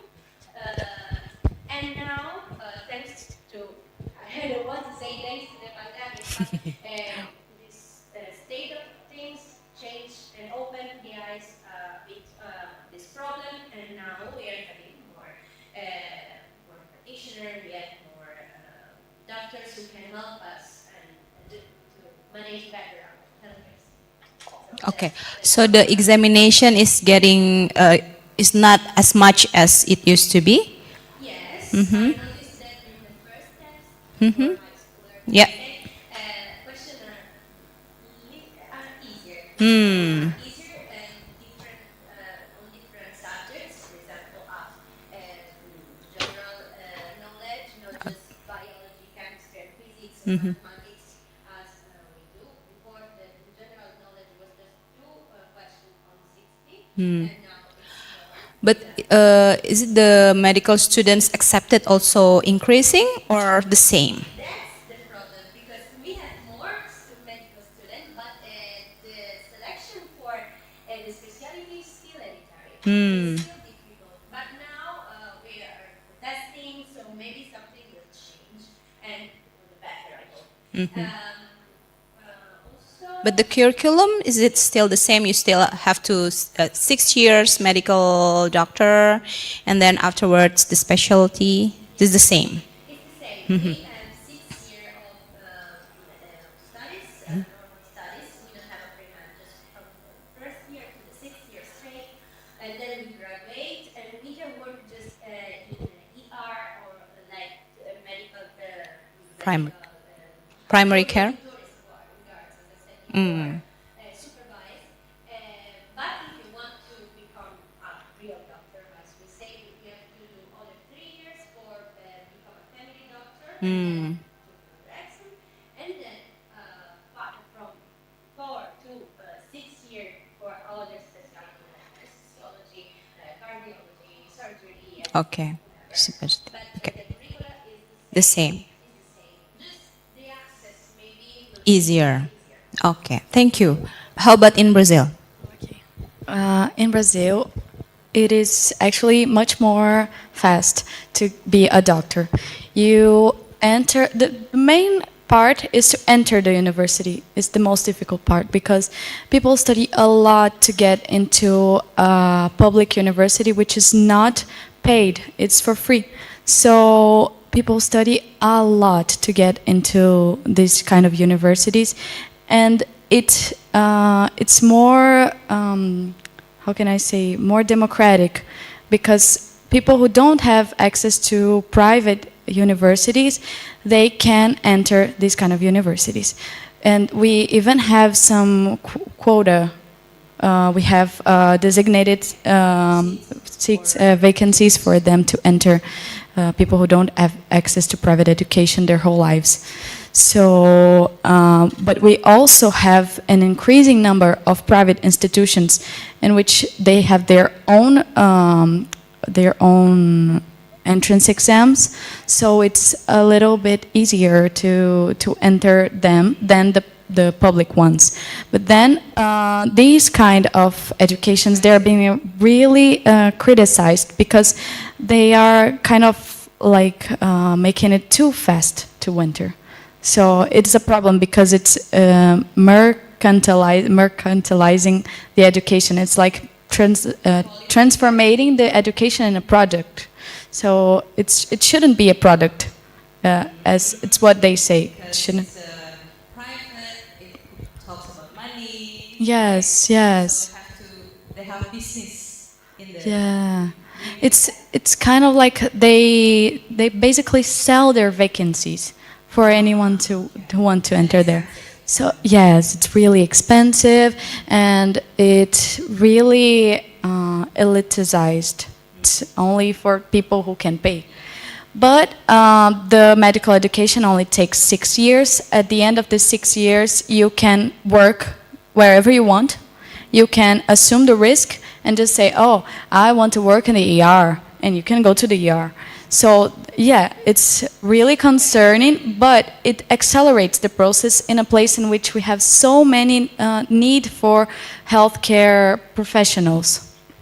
So yes, the curriculum has changed a little bit because we didn't talk about community health before. Now it's been highlighted because we didn't focus on the prevention part. And now we see that it's really important, prevention. So it's for the specialty exam, it is there is a group of questions that's only about community care. So if you want to become a cardiologist, you have to know about community care. If you want to become a surgeon, you have to know about community care. So there's no escape from it. People have to learn it. And oh my God. Is it a medical doctor in 6 years doing medical doctor? Medical doctor. And then you have to do an entrance exam for all. If you want to enter a hospital, you do an entrance exam for that hospital in which you can become a specialist in the area that you choose. But you choose the place. You just have to pass the exam. It's a hospital-based. Yes, it is. Completely. Okay. That's it. The place, and then you specialize inside In the place. The They choose the place for you. They choose the place, and then to choose if I want to be like cardiologist in Milan. If I want to be a cardiologist, I can maybe they tell me, oh, you have to go in Milan, you have to go in Venice, and if I want to go in a determinate place, maybe I can be a cardiologist. I have to choose some others because we combine the place and the specialties. That's really beautiful. I hope. How about in Indonesia? We have An interesting situation at the moment. Yeah. For Indonesia itself, we already know that we have facing pandemic and it also have impact on our medical education system, especially in Presbyterian University, this university. We also promote to have increasing the what can I say? Raising the students and the specialists and the other health workers. The effort of that, we actually developing this curriculum. We are developing this new curriculum that is already in the students themselves. So it's like a student-based learning that Trina have mentioned earlier before this whole sessions that the students here are learning whatever they want, whatever the topic they Needs. whatever the topic they need, and whatever the topics they want to discuss about, and it's I think it's more fluid than the system that applied before this curriculum has developed. But it's still developed by this year's and for Since 2020, actually, we have a transformation in our medical curriculum in our faculty, in university, right? But how about in Indonesia, generally? Is there any changes during these years? actually, it's the one of the 6 pillars of this health transformation that the government wants to raise the quota or the amount of the health workers, especially doctors and specialists, that we actually concerned about the amount of the health workers here is not sufficient and not evenly distributed to the every regions in Indonesia. So the first step is we want to raise the quota of the Medical students. medical students itself, like two to three times, 2 to 3 times. And there are so many new medical faculty at the moment. At the moment, we have like 10 new faculty of medicine, 10, I guess, yes. Because we want to increasing the number of healthcare professionals. First one is open the school, open new schools, and open new hospitals as well for specialization. Yes, Julian, anything to add? Okay, Aan, your question have been answered or no? Do you have any follow-up question? No. Okay. So basically, I think thank you. Not really changes, but the number all of the country today like realize that there is insufficient number of healthcare professionals. So your health system wanted to create or produce more doctors or health workers basically. Oke, tadi ada pertanyaan lagi. Angkat tangan Fahmi, or siapa? Oh, Syauki. Gak apa-apa, Syauki dulu boleh.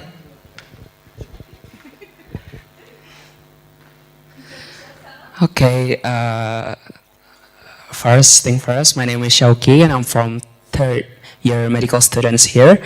So I want to ask questions, but this one is kind of like out of topic, but you know, since the rights to health is like for everyone, so I want to ask about the specific community the refugees. Since you talk about the refugee, this question is for Chiara.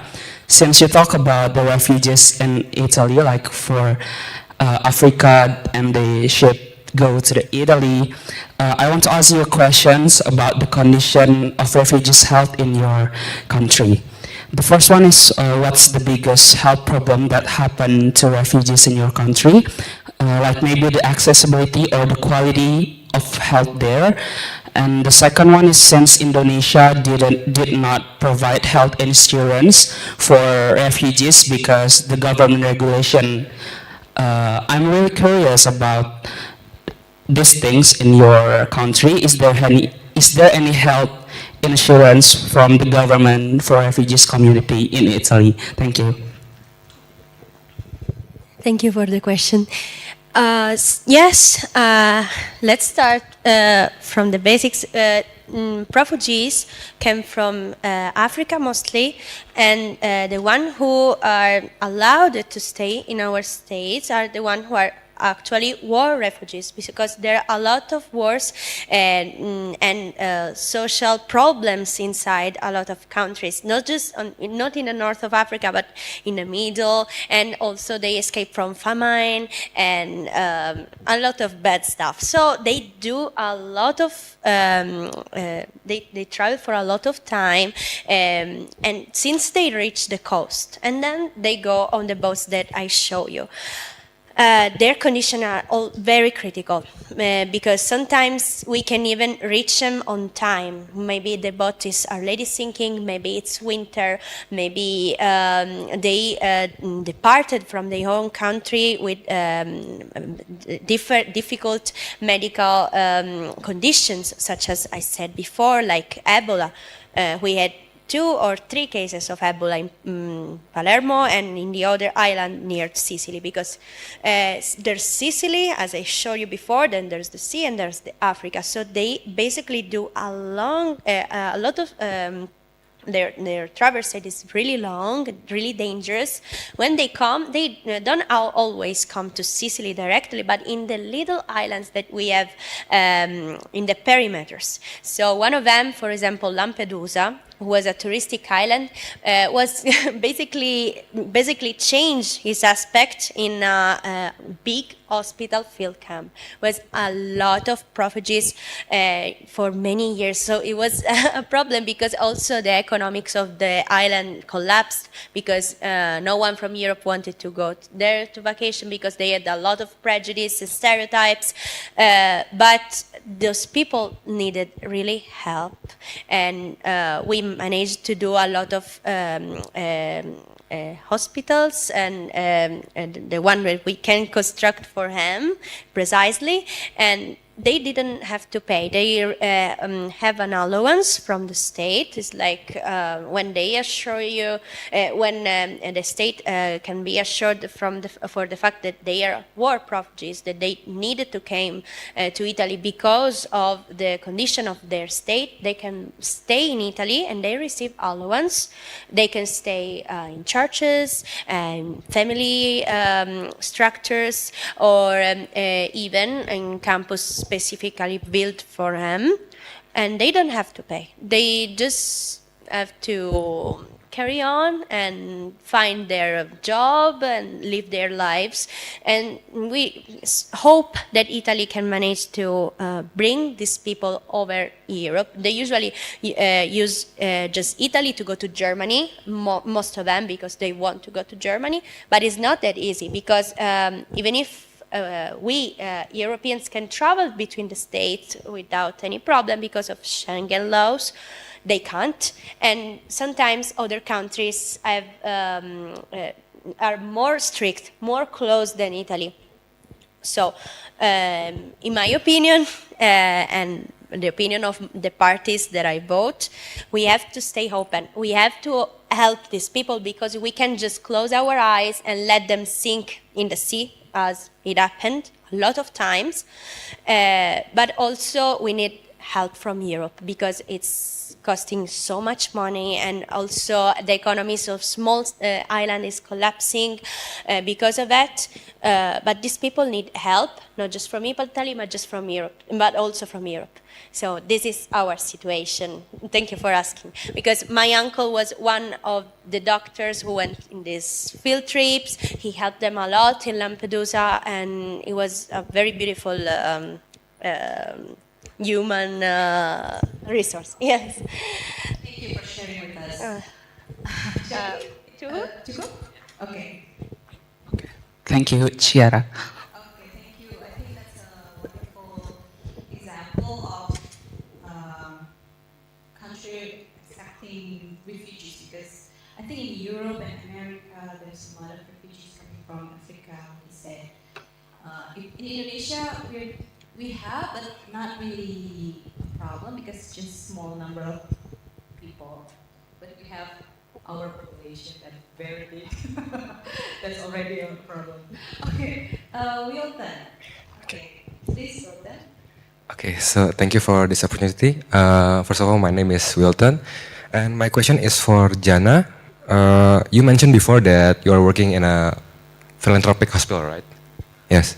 And my question is, does the social security in Brazil include the treatments for those philanthropic hospitals? And how is the quality for the social security in Brazil?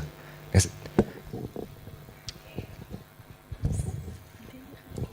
So the Social Security in Brazil is guaranteed by a national program, and it's not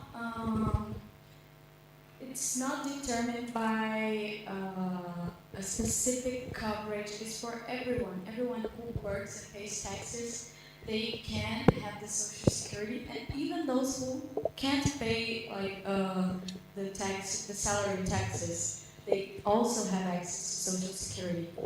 And it's separate from the health system. It's something, it's completely different because the Social Security is managed by economy organ of the state, and the health part is only health. So our healthcare system is for literally everyone.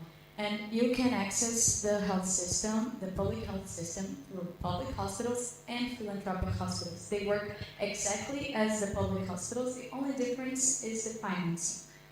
My hospital, as an example, the hospital I study at, as an example, we have about the same structure of any public hospital, which includes some equipment like endoscopy, we have CT scans.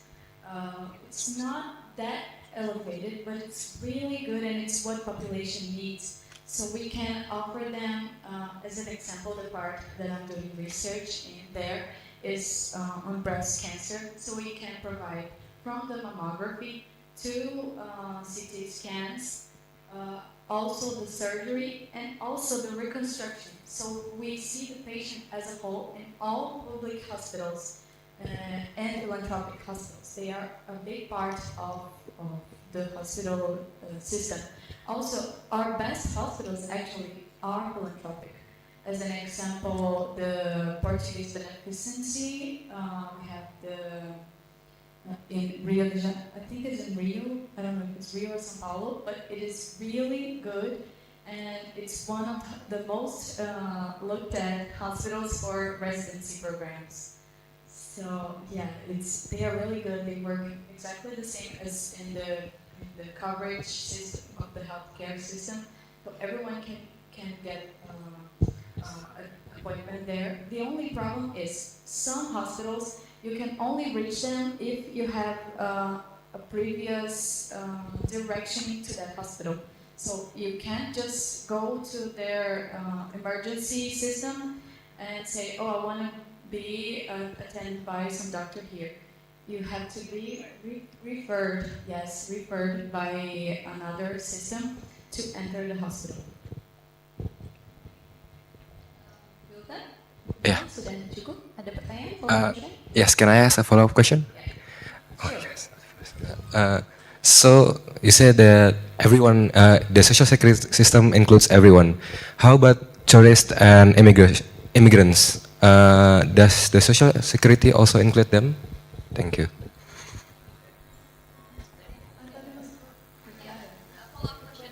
It's for me. Okay. Yeah.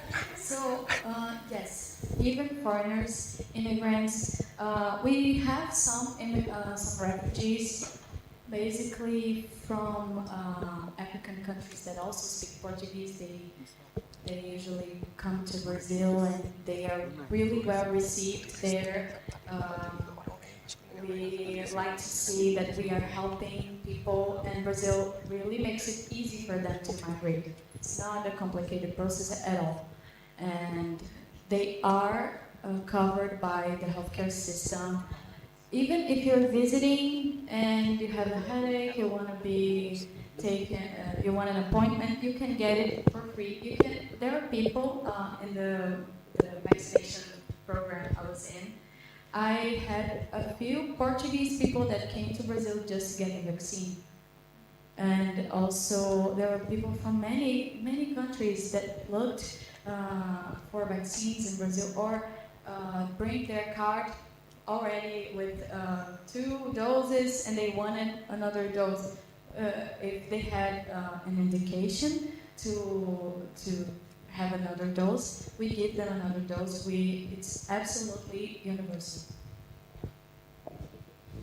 Social security as well.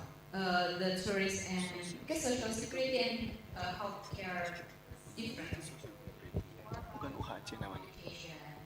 Work, Itu nggak semua negara ada. Retirement. We focus on that because all the healthcare systems are universal, all the programs, so they can have the medicines that we offer for free for the whole population. Tourists can also get them for free. I have condition to buy medication, but I got my my cough medication because I had a chronic cough a long time ago. I had all my medicines for free because I had the right to. We all have the right to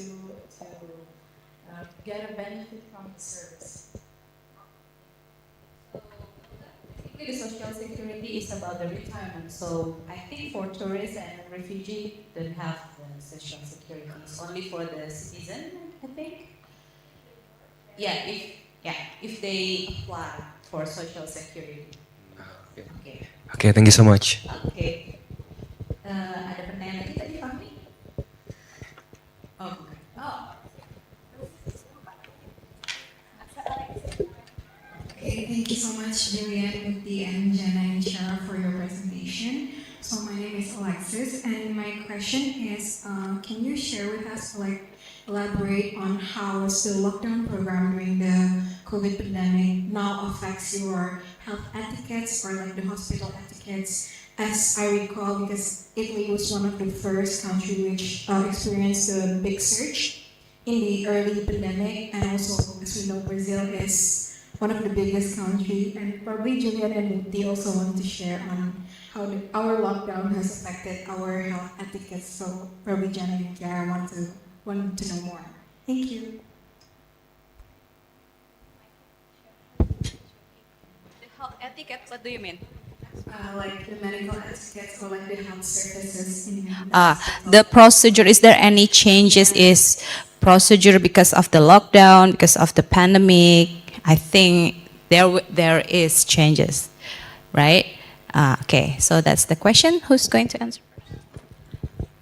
Okay, in Italy, we had a lot of changes during the pandemics. The first period, we were in lockdown for a lot of times. We students couldn't access to our structures, and we couldn't do basically anything, even if we were volunteers during the first waves. Just medical practitioners, nurses, and people who were just already graduated, and students who had just finished their 6 years of studies, as I said before. During the first waves, it was everything was very, very strict. The hygienic in hospitals were basically, as I showed you before, everything was closed. Every department was censored, and the problem was that we were so strict that even patients like oncologic patients, the persons who had to access to primary care because they had the need of it, they couldn't go, but because they also feared about their health. Our media were really pressuring about these matters. So they just stayed home, and we tried the home care. So we sent people to assist them in their own houses, like oncological patients, for example, or people with chronic disease. But it was a huge problem because we didn't have that much personnel. Then after this, the first wave, there was the strongest. We had the second one. We managed the same. Basically the same. Then after we started to be a little bit more open, so also students could go to the departments. We went there, but with all the precautions we could adopt, like masks, all the DPI, what we call like glasses and everything. But every single time we received, like in the ER or in the TC department, so radiological stuff, we received a COVID patient. Every time we had to get out and make the place sterilized for, so we blocked everything for half an hour, sometimes even 40 minutes. So it was a huge problem because it caused a lot of blockage, how can I say? And everything was very, very low, but we managed to stay safe in this way. So now we are really more relaxed because COVID in our country now is viewed more like a flu, because it's dangerous just for people who have immunodeficiencies or chronic disease or oncological disease. So we are more relaxed, always cautious, always with masks, always with gloves, but we don't close the departments for, well, half an hour, 40 minutes like before for hygiene. Well, you got it.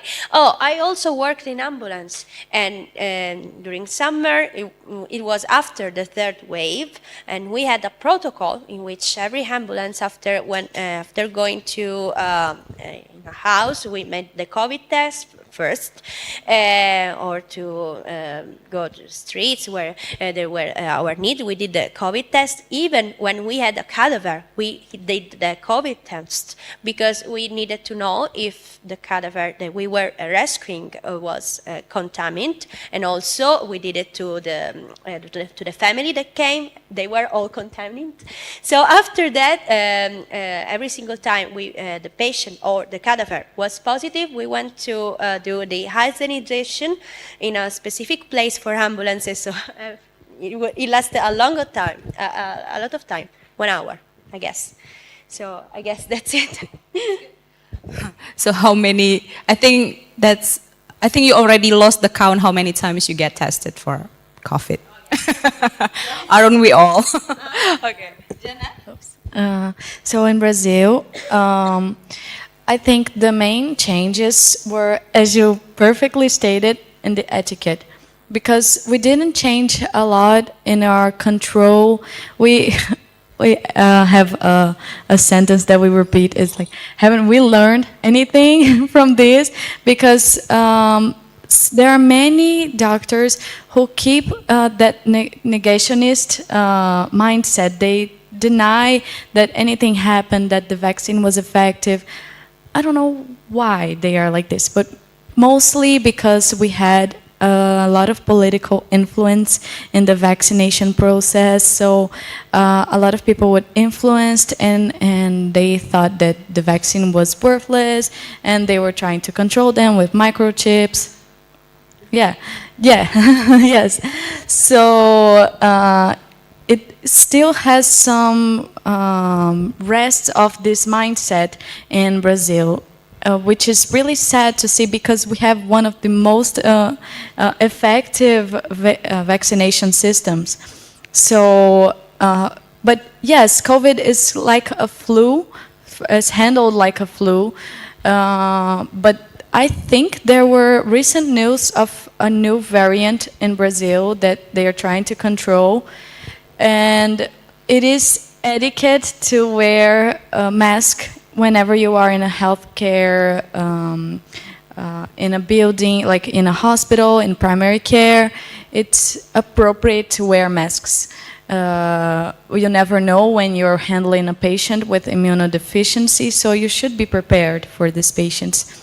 But still, yeah, we have this negationist, neglective mindset that it is something we should battle against, and we should spread the knowledge about science to everyone.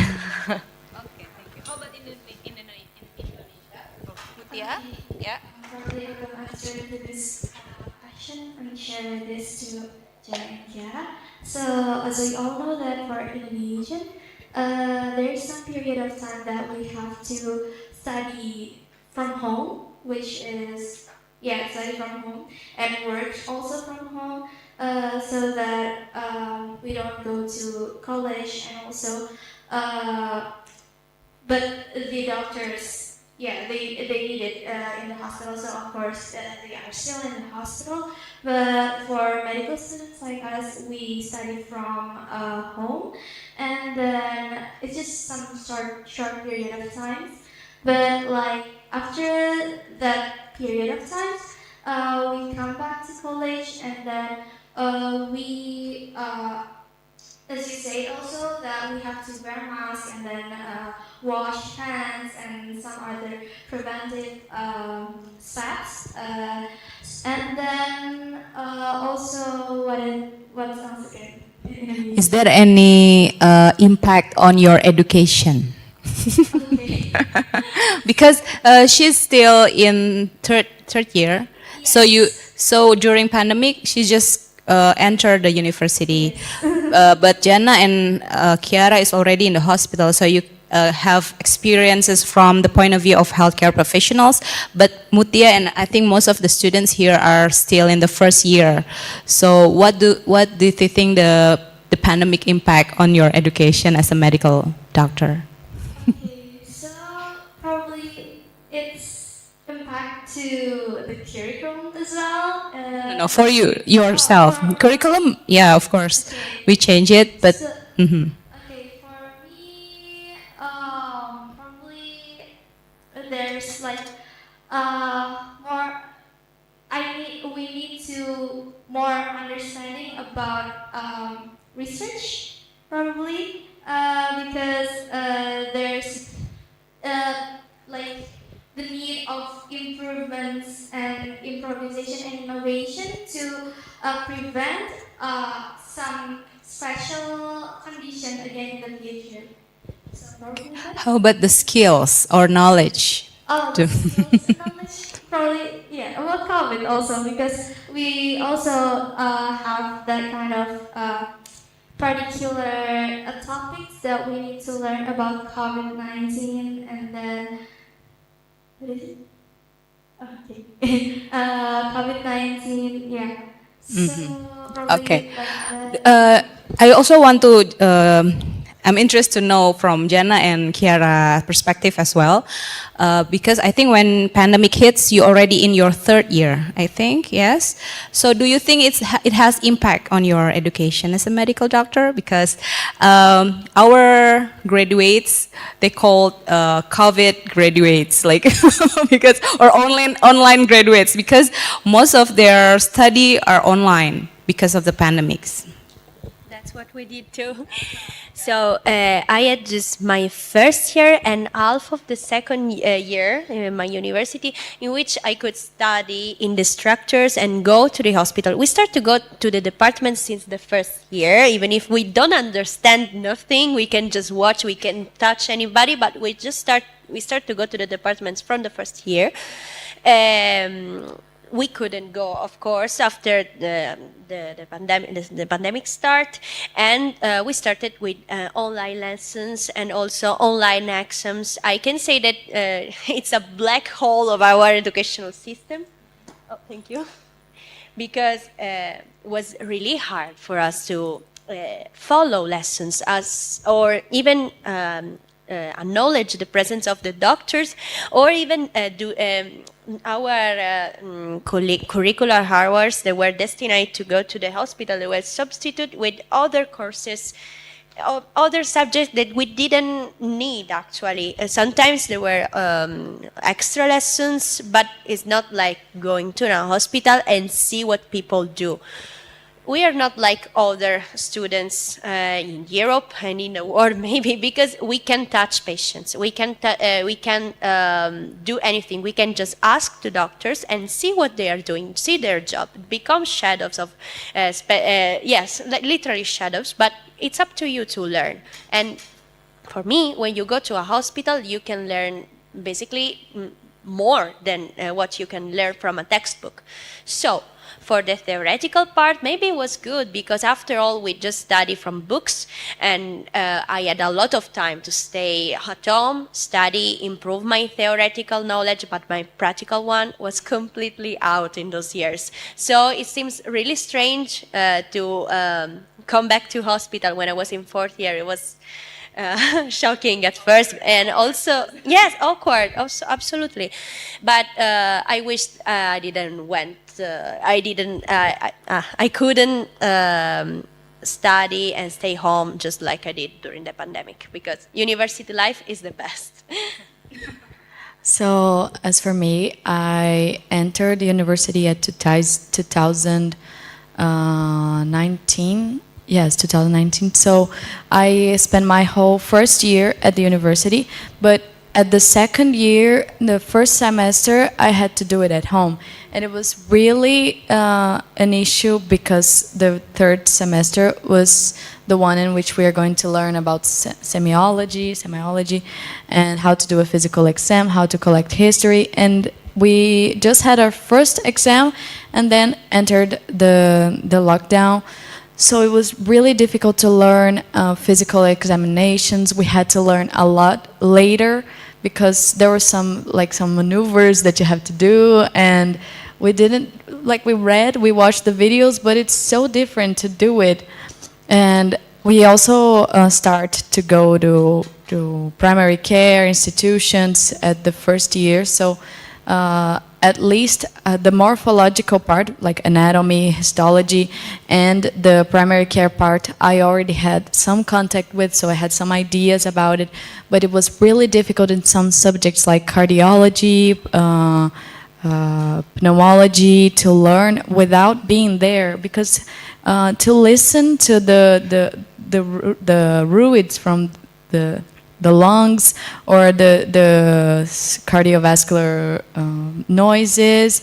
How am I going to learn if I'm not there with the patient? It's so difficult. So it is a great space between our knowledge, but we are being able to feel it now because our internship is 2 years. We have the 5th and the 6th year, all internships. So whenever we have a basic doubt, we always say, look, I was in the pandemic during semiology, so could you please explain this to me?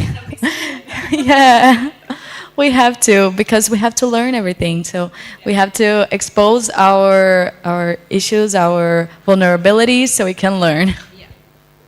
Very good. You want to add from your perspective? Maybe I want to add a bit, because yes, I agree with Jana and Kara also that in pandemic situation, as I told, that we have to learn from home during that period of times, and we have to learn skills also from videos, and then by virtually, and that's kind of strange.